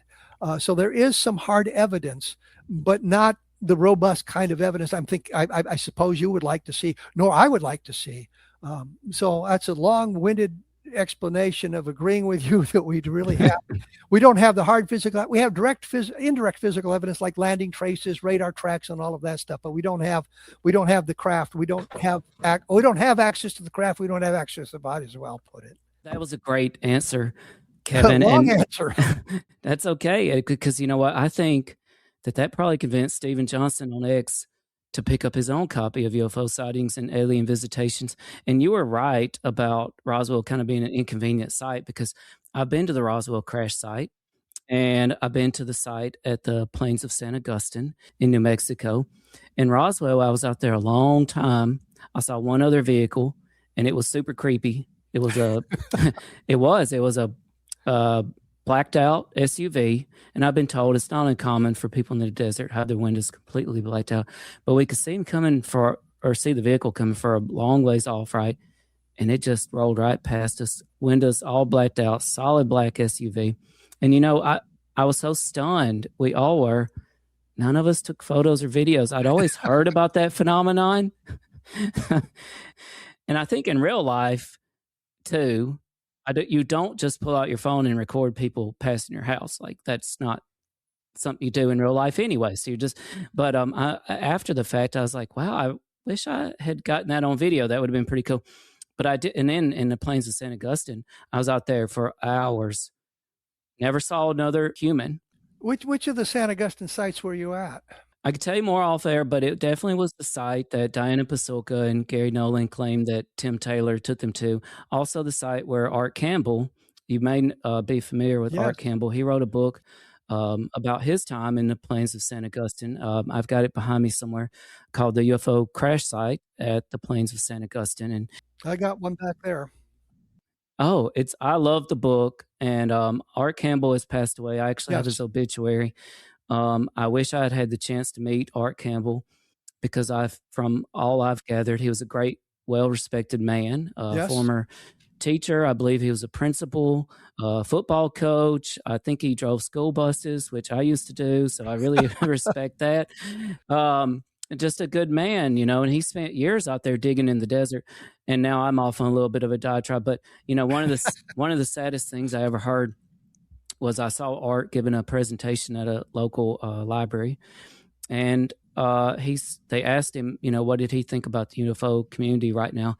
And he said, honestly, he was about done with it. He said, I've got all this stuff here in front of me. I've had it analyzed. I've had it dug up in the desert out here. I've had it looked, and I can't get anybody to come even take a look at it. And I just thought that was so sad that, this man spent a good chunk of his better years of life out there in the desert digging things up at what he fully believed was a UFO crash site, but yet he couldn't even get anybody to take an interest in it. And I myself found this. I don't know if the camera can pick this up very good. At the Roswell crash site, I think it may just be a nail, but it could be a nail or something that was perhaps used by the military from a particular time that might be important. I do not think this is alien, but maybe I can talk to you some other time about St. Augustine, because I think we actually proved a lot of things while I was out there. The problem is Frank Kimbler, who lives in Roswell, he teaches at the New Mexico Military Institute, has done an awful lot of work on the debris field, looking for, and he's found bits and pieces of stuff. The problem is the site has been salted. There was a documentary done, and I forget who the two main nonsensical reporters were out there, and they're going to spend all night at the crash site, and they're looking around. Lo and behold, they find a button off a Class A uniform, and they're going, "Well, this is great." Is that at Roswell? At the Roswell crash site, the debris field up near Corona. And they found this button, and I look at the button and said, "Yep, yeah, you're wrong on that one, pal. That's an Air Force button. Air Force didn't exist in 1947. If you'd have found an Army button, it'd have been more impressive. But I don't know why anybody would have been out there in a Class A uniform to lose one of those Class A uniform buttons. But they found a button from an Air Force uniform, and the Air Force didn't exist in 1947. Right. They were wearing Army uniforms.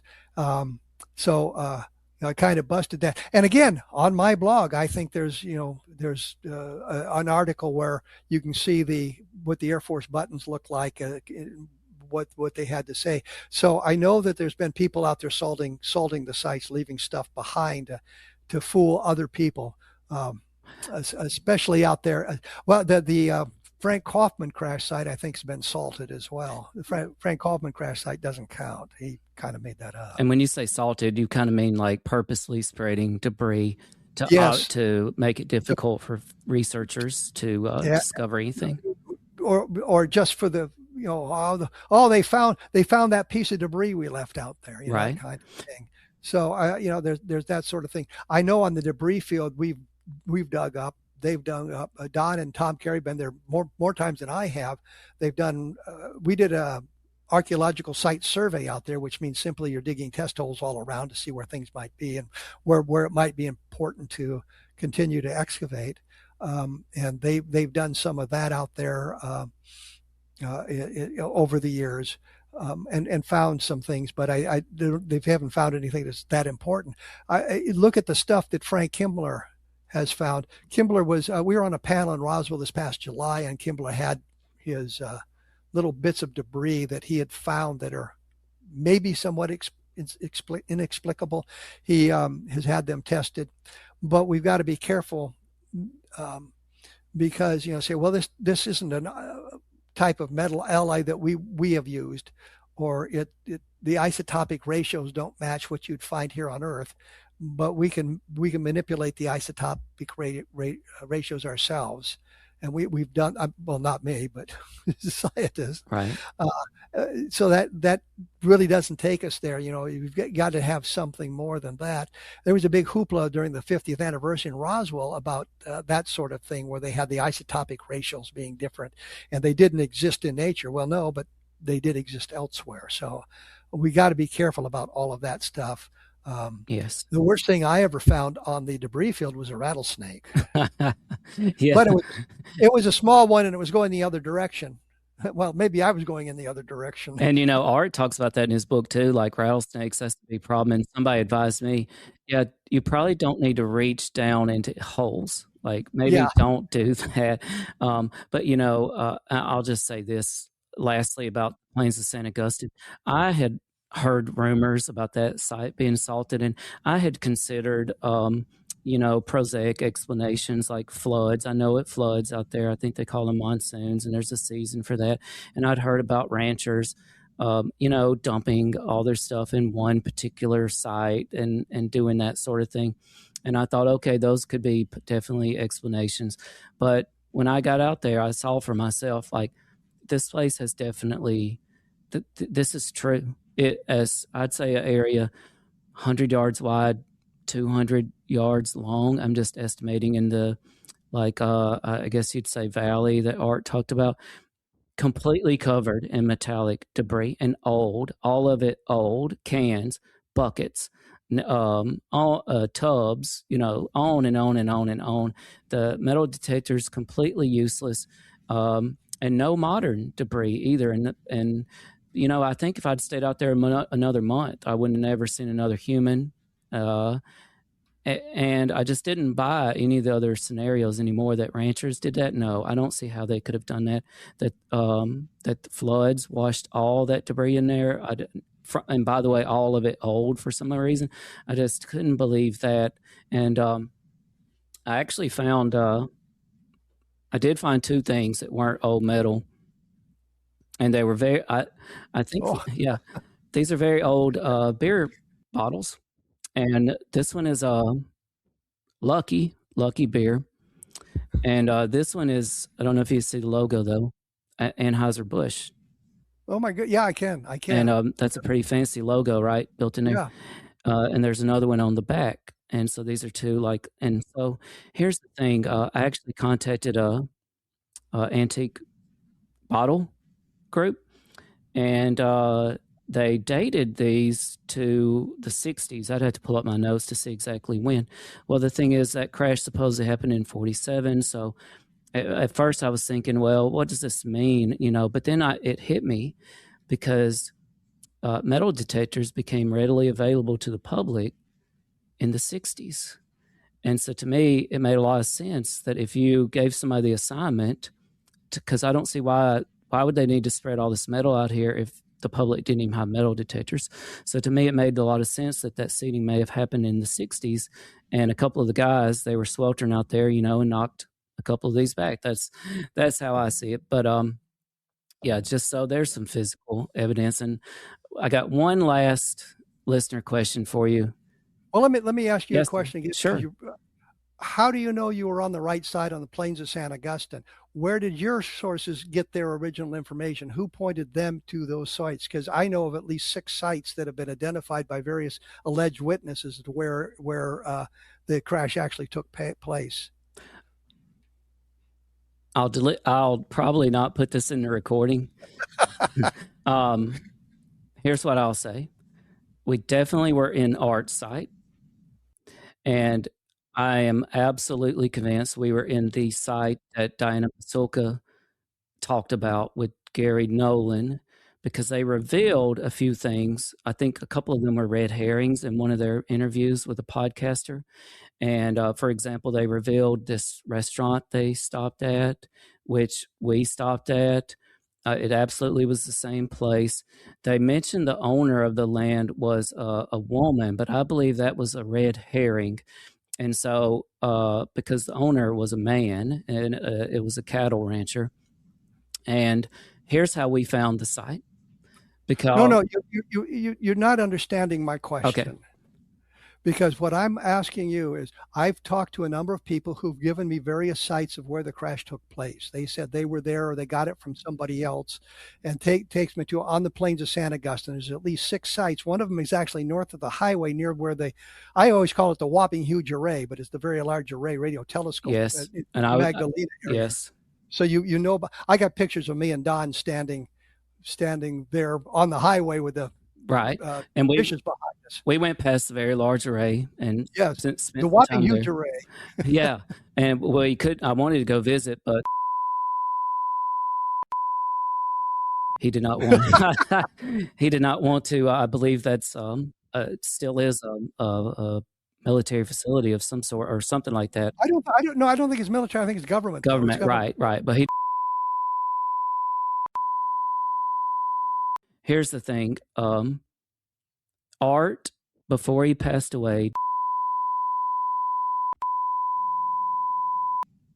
and the owner, he was aghast that it happened. But I contacted him, called him, and told him who I was and what we were interested in doing, which was just going out there, and having a look around. And he actually mentioned some other people, somebody from Tokyo that went out there, and a guy from Stanford, who I'm pretty sure he was talking about Gary Nolan there. And he said, sure, that'd be fine. He gave us the code to the cattle gate. And we unlocked it. Nobody met us out there or anything, because, you can't just trespass. Like, you can't just jump a fence and go out. Well, you can. A number of people do that. Yeah, you can. But that's how we pinpointed Art's site. And everything lined up, because he talked about the Very Large Array in his book. He talked about other landmarks, and it just all lined up. He talked about the depression or the ravine area, and there it was. But let me clarify one thing. I see you keep talking about Art. You mean Art Campbell as opposed to Art Campbell? Yeah, not not Art's parts. Right. That's confusing too. The Art's parts, but I do have one more listener question for you. I told this person I would get in, if that's okay with you. Yeah, that's fine. Yeah, it's fine. This also came from someone on X, Dr. Tim B. Oh. Oh, do you know Dr. Tim? And no, but I know where we're going with this. Okay. And I don't know, so this would be great. What do you think of the theory you published in your book, The October Scenario, these days? Well, that was an outgrowth of studying the abduction phenomenon and the number of abductions that took place in October of 1973, and the sightings that were taking place. You had an awful lot of sightings where the craft were seen on the ground, where the occupants were seen outside the craft, seeming to gather flora and fauna samples. And it always struck me, this is kind of like a professor taking his graduate students on a field expedition, and they gather all this data, and then they take it back to the university to analyze and write their PhD dissertations on. And it just struck me that, here's this group of sightings in a very limited time frame from around the middle of September to the middle of November in 1973. The Pascagoula sighting takes place at that time. I had investigated a case out in Utah where a woman claimed abduction on October 17th, 1973. I've since become convinced that, by the way, that abduction was probably an episode of sleep paralysis based on my research into that specific case. I think I've solved that one.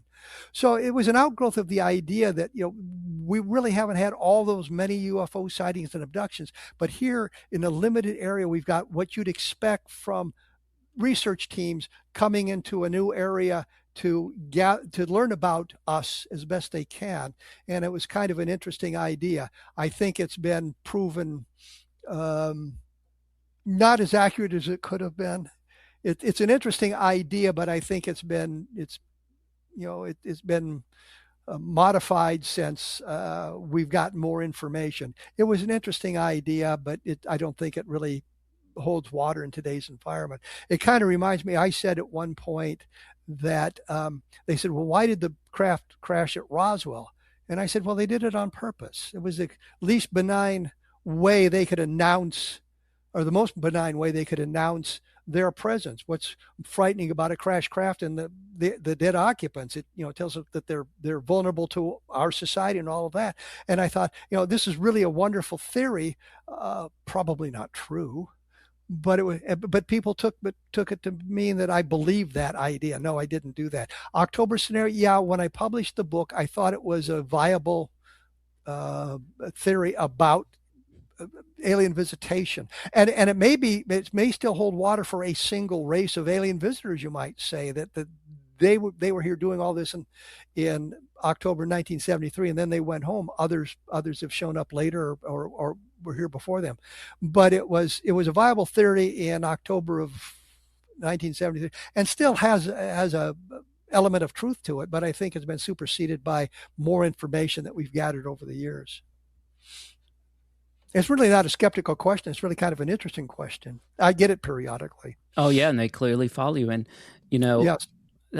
That's one thing we didn't get into, but maybe we can save that for the future too. And that is, well, if we do have alien abductions, if we do have alien visitations, then mathematically speaking, we're probably dealing with more than one kind, right? And so we didn't even get into that species of aliens. That's kind of it. And the October scenario was kind of an outgrowth of the sightings and everything up to that point were misidentifications, they were hoaxes, they were hallucinations, they were all the mundane explanations you wanted to throw at the wall. And I wrote that book, by the way, before I got involved in the Roswell case. So that kind of changes the perspective somewhat there too. But that was kind of my thought. We've got one alien visitation, and it was these people doing their field research before they returned to their home planet to tell them everything they learned about human race. And I hope they didn't take any videotapes of Laverne and Shirley back with them to understand our social dynamics. But I wanted to ask you, do you play pickleball? No, I've my brother and I have talked about doing it, but I haven't really had the ability to do that yet. I'm getting better. Okay.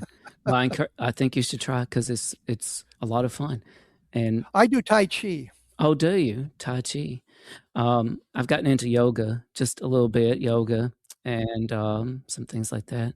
Well, in the Tai Chi classes, we do what's called Ogan as well, which is it's modified Tai Chi, but it's without it's different.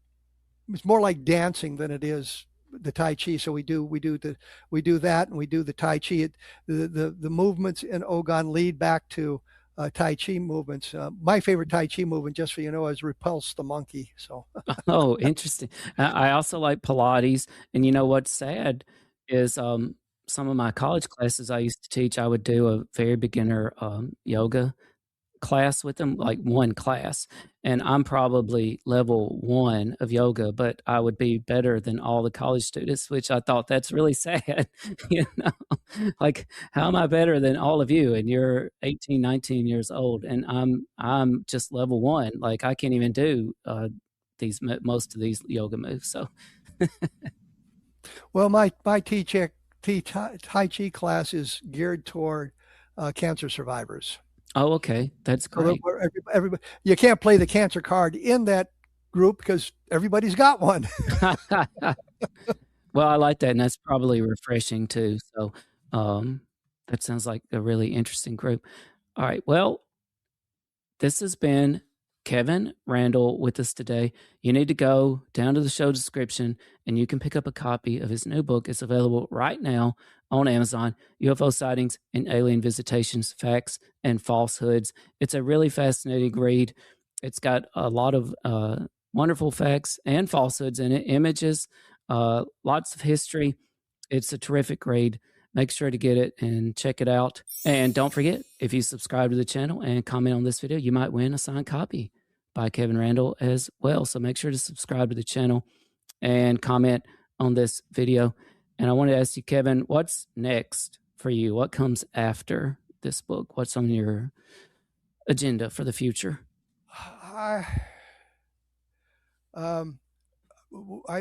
as I've mentioned, I write science fiction, and I just finished rewriting a science fiction novel called The Asteroid, which I'm working on getting it published now. And I've been doing one called Legend of the Vampire.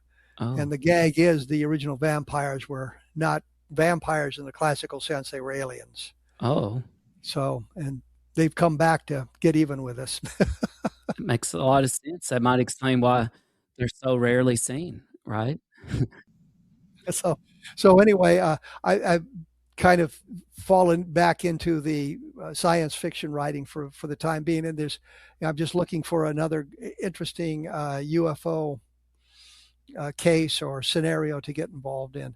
I will comment one quick thing, that I am very disappointed in what's been released by the government, to the point because there's really nothing in there we didn't already know. Yeah, it definitely seems that way. I think, and you're talking about the UFO files, there's been 5 releases so far, and yes. they come out on random Fridays, it seems like. I think some of my favorite parts, if you want to use the word favorite, has been some of the historical documents. I do like going over those, even though you'll find out that a lot of it has already been released in the past. So that's the point. There's really nothing in there that we in the UFO community, those of us who spent a lot of time in the UFO community, weren't aware of. Some of the newer stuff, of course, is interesting, but it's the same as the stuff that we've had for decades. You know, the gun camera films, for example. There were gun camera films included in the Project Blue Book files originally. Not many, but there were some. And we're getting that kind of thing as well, the sensor data, the radar data, all that kind of thing. My question is always, why is there nothing about Roswell? Why is there nothing about Levelland? You know, these 2 major cases. Roswell, I can kind of, everything that was gathered would have been classified, so it wouldn't. It's supposed to show up in this stuff, but it doesn't.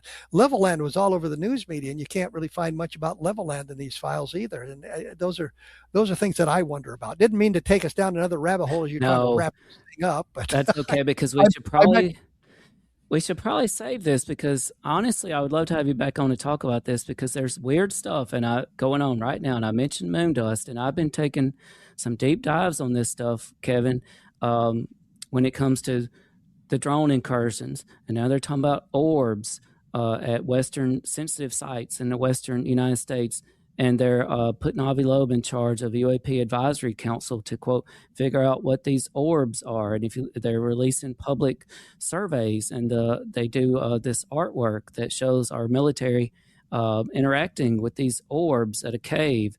And then I've gone down the route of maybe these things are coming from subterranean areas, and I've actually identified subterranean areas near some of our sensitive sites that are under guard. They used to be accessible to the public, and then lo and behold, right before these drone incursions started happening, they went under a guard shack and active security with trucks out there and guards in them. So I've really gone down a deep hole here, and I don't know what to make of it, because it's confusing, and I don't think we can get to the bottom of it today. But if you want to comment on that, feel free to. I haven't really followed orbs much, or I know there was, the big incursion of drones over Langley Air Force Base. I think it was for 14 days or something like that. That's very interesting. And there was another incursion like that over the missile fields controlled by Francis E. Warren Air Force Base in Cheyenne, Wyoming. Those missile fields get down into northern Colorado and out into western Nebraska, I think, as well. So there's interesting stuff going on, but the drone activity, the orbs, I don't know about the orbs. The drone activity is probably terrestrially based, given what they are. But orbs are a kind of a different kettle of fish. It may be some kind of natural phenomenon that we don't understand. But then you have to ask the question: well, why are we getting into this now? And it might be the old thing. Well, we didn't look at it before. You know, somebody sees an orb, they didn't care, but now people are interested in reporting their orbs and things like that. So it looks like there's an uptick in the information. I just haven't taken enough time to research all of that to come up to a conclusion of whether it is terrestrially based, if it was a natural phenomenon, as if it's paranormal, or it's alien. So, you know, that's kind of where I am. Right. And unfortunately, this is completely wrapped up with national security too. I mean, I guess much like since Roswell, and it's really difficult to separate them, right? Because if orbs, for example, are a natural phenomenon, and by the way, this is the term the military themselves are using, and the FBI, like they're using the word orbs all of a sudden instead of UAP. But why would they have a particular affinity for our most sensitive military sites? That doesn't make any sense, And but if it's terrestrial based, if it's an adversary, for example, why do we need to get these scientists to start a UAP advisory council to study them and try to figure out what they are? That doesn't make any sense either. So, well, the answer is they don't know what they are, and the advisory council is trying to find a solution, and hopefully it's terrestrial based, but they just don't know. They've got to find out what it is so they can figure out the countermeasure. Right. And see, honestly, I've started to think the most frightening answer of all is that it is an adversary, because I think that the general public, at least most of the people I know, they don't know anything about the UFO files. They don't know anything about orbs. But I'll use Plant 42, for example. Plant 42 has some airspace incursions. It also affected the airport, so it brought in FAA, which also brought in FBI because FAA airspace, but then also probably because of the potential for, it being an adversary. So, and then at the exact same time as those incursions, the public was spotting what they called UFOs at the same time near Palmdale, California, exact same time. Well, I think what would be even more frightening to just the general neighborhood families was, what if they knew that there was this site on the other side of their town and that our adversaries, whoever they are, were flying over their neighborhoods and surveilling our most sensitive military sites? I think that would be potentially much more frightening than calling it aliens, but I still don't know. Still don't know what's going on. That's where we are in a lot of this stuff. We don't know, and we've spent again literally decades pretending this stuff doesn't happen, or the Air Force or the government isn't interested in this stuff, and we find out through documentation and other things that they are interested in this thing. Like I said, moon dust ended. The code word ended in 1986, but we now have all kinds of evidence that things went on. 2004 with the Nimitz stuff. Well, that probably fell into what would have been moon dust had that term not been compromised. So we just don't know. And we outside the government are looking for our answers. And I don't think we're getting them with all I call them the data dumps of the material, because they haven't found anything in there that is particularly unique that we didn't know. The only Roswell document that released the FBI telex from July 8th, 1947, where the FBI is talking about the stuff coming into Fort Worth and that sort of thing. That's the only Roswell doc, but we've had that document for literally decades. The GAO did an investigation back in the early 1990s, and the document's in there. I think it was Bruce Maccabee that got it in a bunch of FOIA requested materials back in the late 1980s. So we've had it just forever, but this is the kind of stuff. There's all kinds of newspaper articles, as I'm sure you've known from newspapers, which is interesting in one respect, but it doesn't advance our knowledge. And you go through the broad Project Blue Book files, and there's an awful lot of newspaper clippings in there about the sighting. So, big deal. We're not getting the really good stuff. Oh no, that's for sure. I hear too much about our capabilities to believe that these blurry, in the Bigfoot world, they call it blob squatch photographs. And I think they use it for UFOs too. Like, we get these blob squatch photographs and videos, and it's just really frustrating. You mentioned your blog, and I believe that's kevinrandle.blogspot.com. Do you have any other websites or social media or anywhere you want to direct people to visit you at? I just started X. There's nothing there yet. And it was done to participate in an interview on Sunday. So I haven't had time to really kind of finalize it and get it up going. And when I do, I'll mention it on the blog. But the blog is where I do most of the stuff. Okay. And get a chance to look at that. And of course, you go to Amazon, you can find my UFO books there under my name. And if you're interested in the other stuff I do, like the science fiction or some of the action adventure books, I write as Eric Helm. So Eric Helm. And Kevin, anytime you want to come back on and talk about some of your science fiction work, I would love to have you for that too. Do you have any? Delighted to do that. Oh, well, wonderful. Well, one thing we're not strictly a UFO show, so we're all things unexplained. I just had two science fiction novels published. One called The International or Interplanetary Defense Force, which of course obviously takes place on other planets, and one called On the Second Tuesday of Next Week, which is a time travel book. Oh, amazing. Well, and one of my favorite authors is Stephen King, and I was super excited to have an author from what I call the Stephen King multiverse join me recently, and he's Stephen King approved, right? King approves him extending some of his stories, like The Stand, for example. Oh, love The Stand. Oh, well, I should. There's a book out. It's a compilation of stories by different authors, and they all are set in the Stand universe, and it's all approved by Stephen King. And Bev Vincent, that was the author that came on my podcast, and he's just wonderful. And there are so many great stories in there. And King, if you listen to the audio version, he does a little introduction to it, and I love The Stand.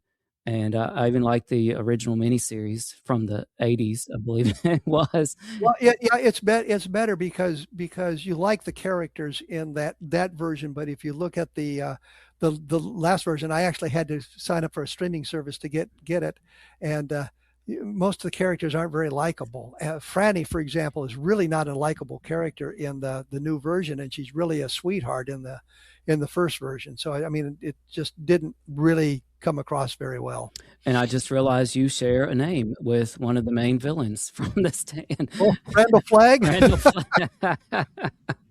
He spells it differently, thank goodness. He does. He does spell it differently, but what an interesting character. But anyway, I'll shoot you the name of that. Oh, please do. Please do. Book, because I thought it was and what happened was, the one section that Bev wrote, it was set in this on an island off the coast of Maine, because right, Stephen King loves for stuff to happen in Maine, and it was a very interesting notion. I thought it was at the beginning of The Stand, so the Captain Trips was just beginning on the outbreak, and this island basically shut themselves away from everybody else, right? And it was about how they dealt with that. And I thought this was really interesting. But then another chapter, for example, is set, which I thought this was really interesting, on the space station.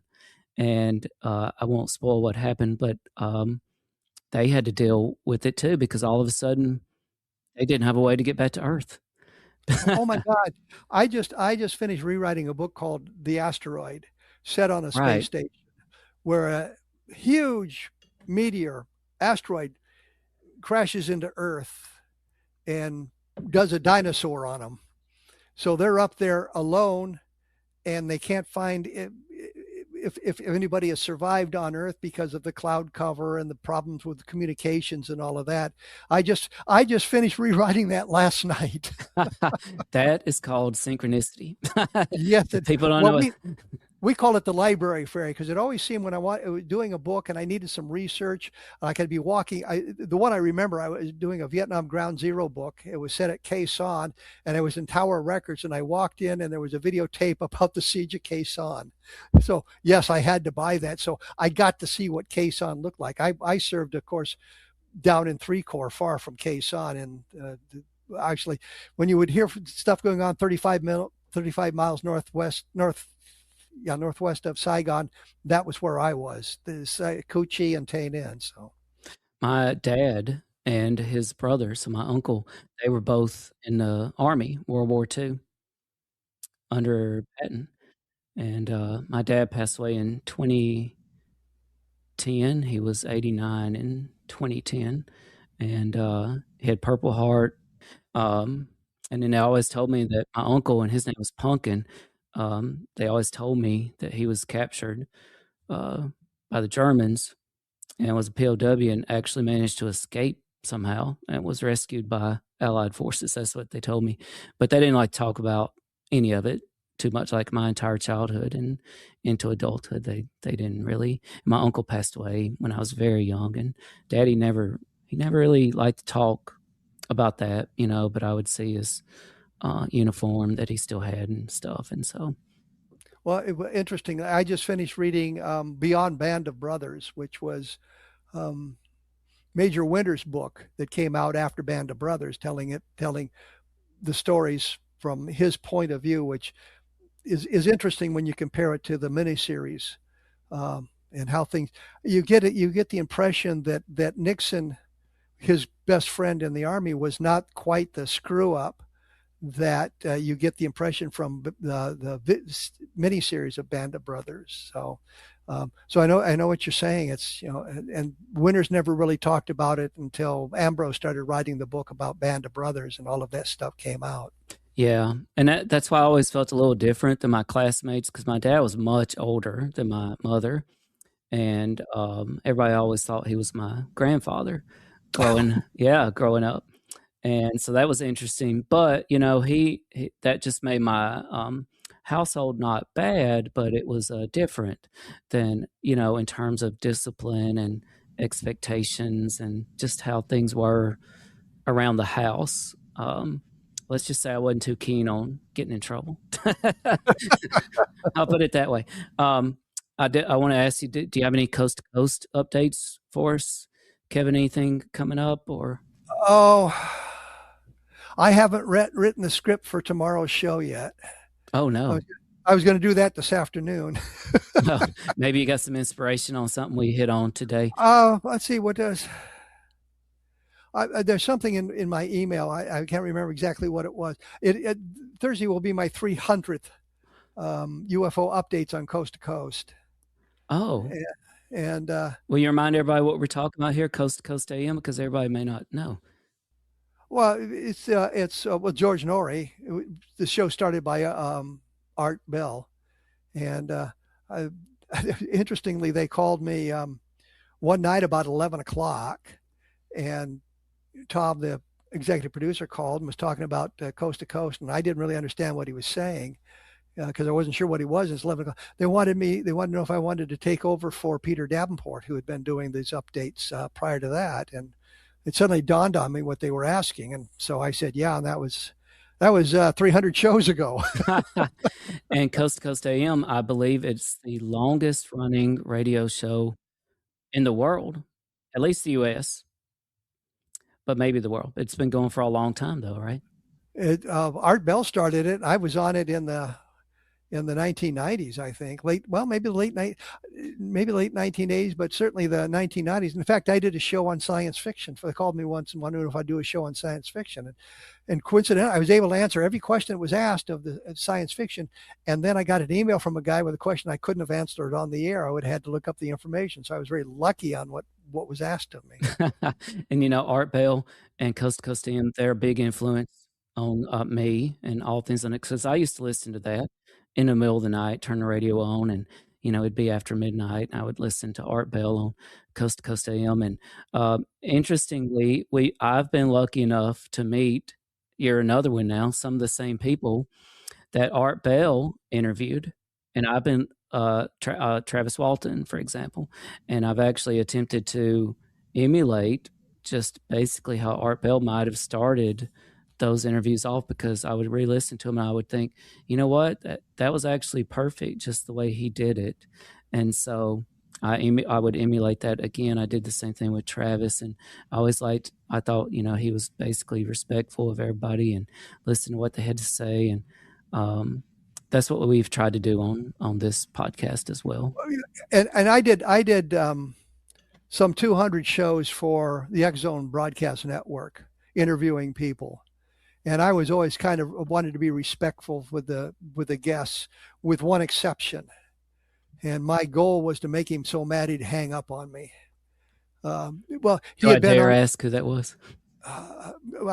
We won't go into names. You can search through the 200 some shows that I've got on my blog and find him. But he had been on with the regular host, Rob McConnell. And talking about UFOs, and he kept saying, well, Randle's just a shill for the Air Force.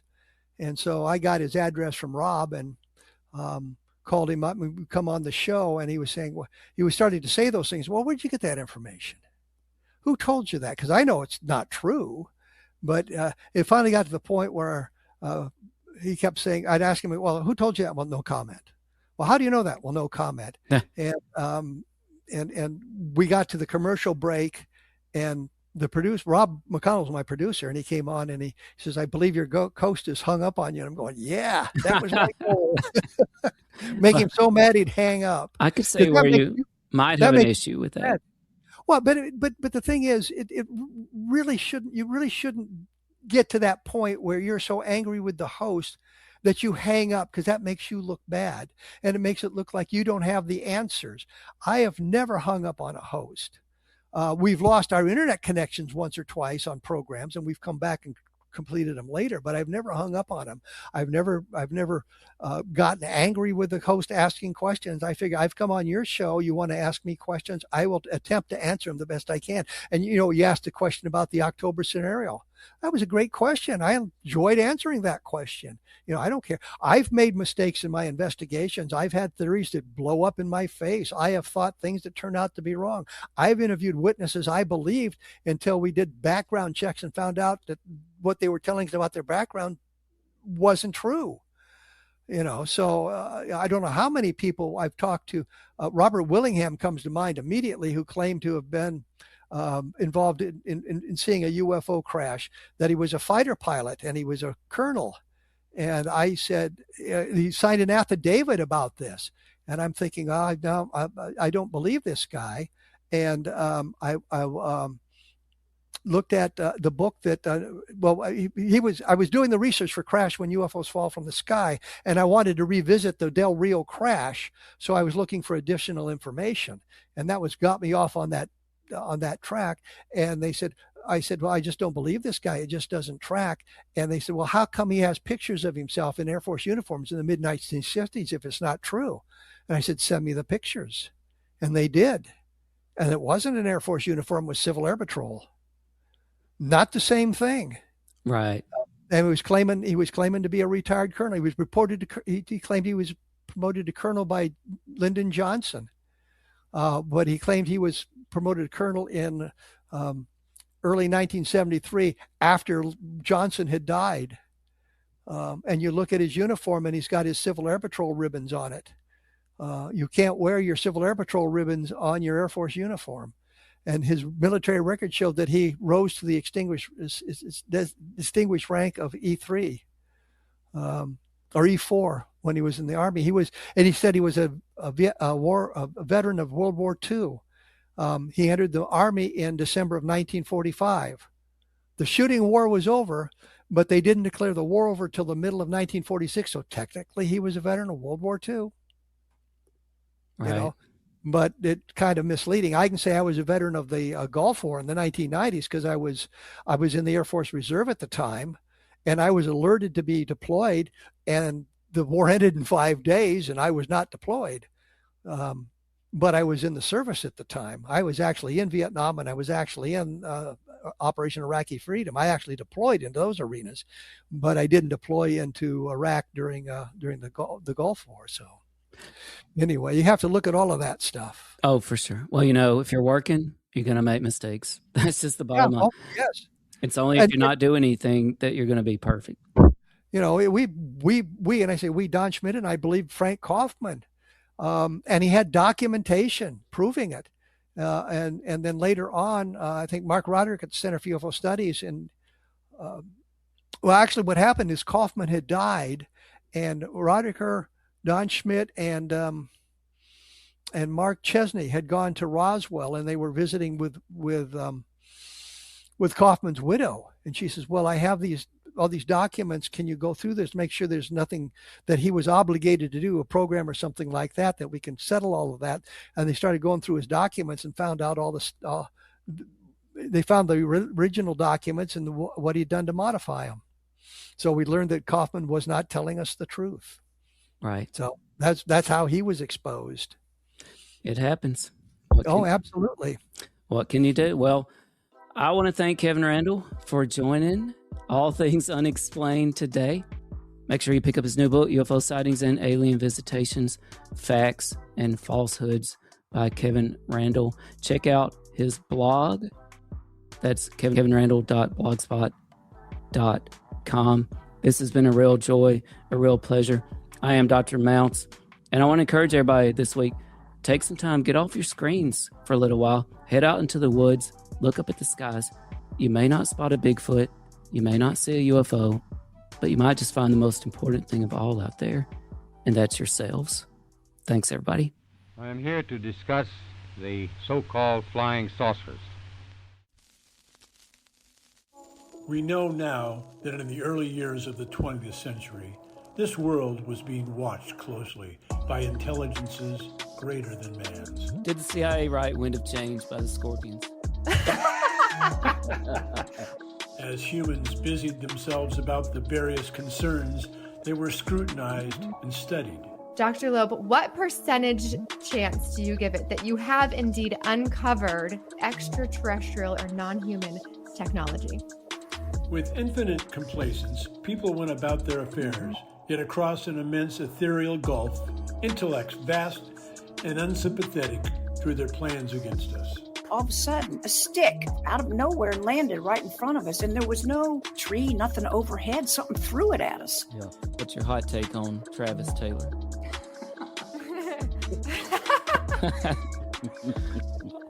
I've got an exclusive for you guys if you want it about the Alaska. We do.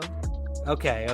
Dr. Taylor was revealed to be the chief scientist of the UAP task force with the Pentagon. All Things Unexplained. So some of that, I think, sir, we'll save for closed session.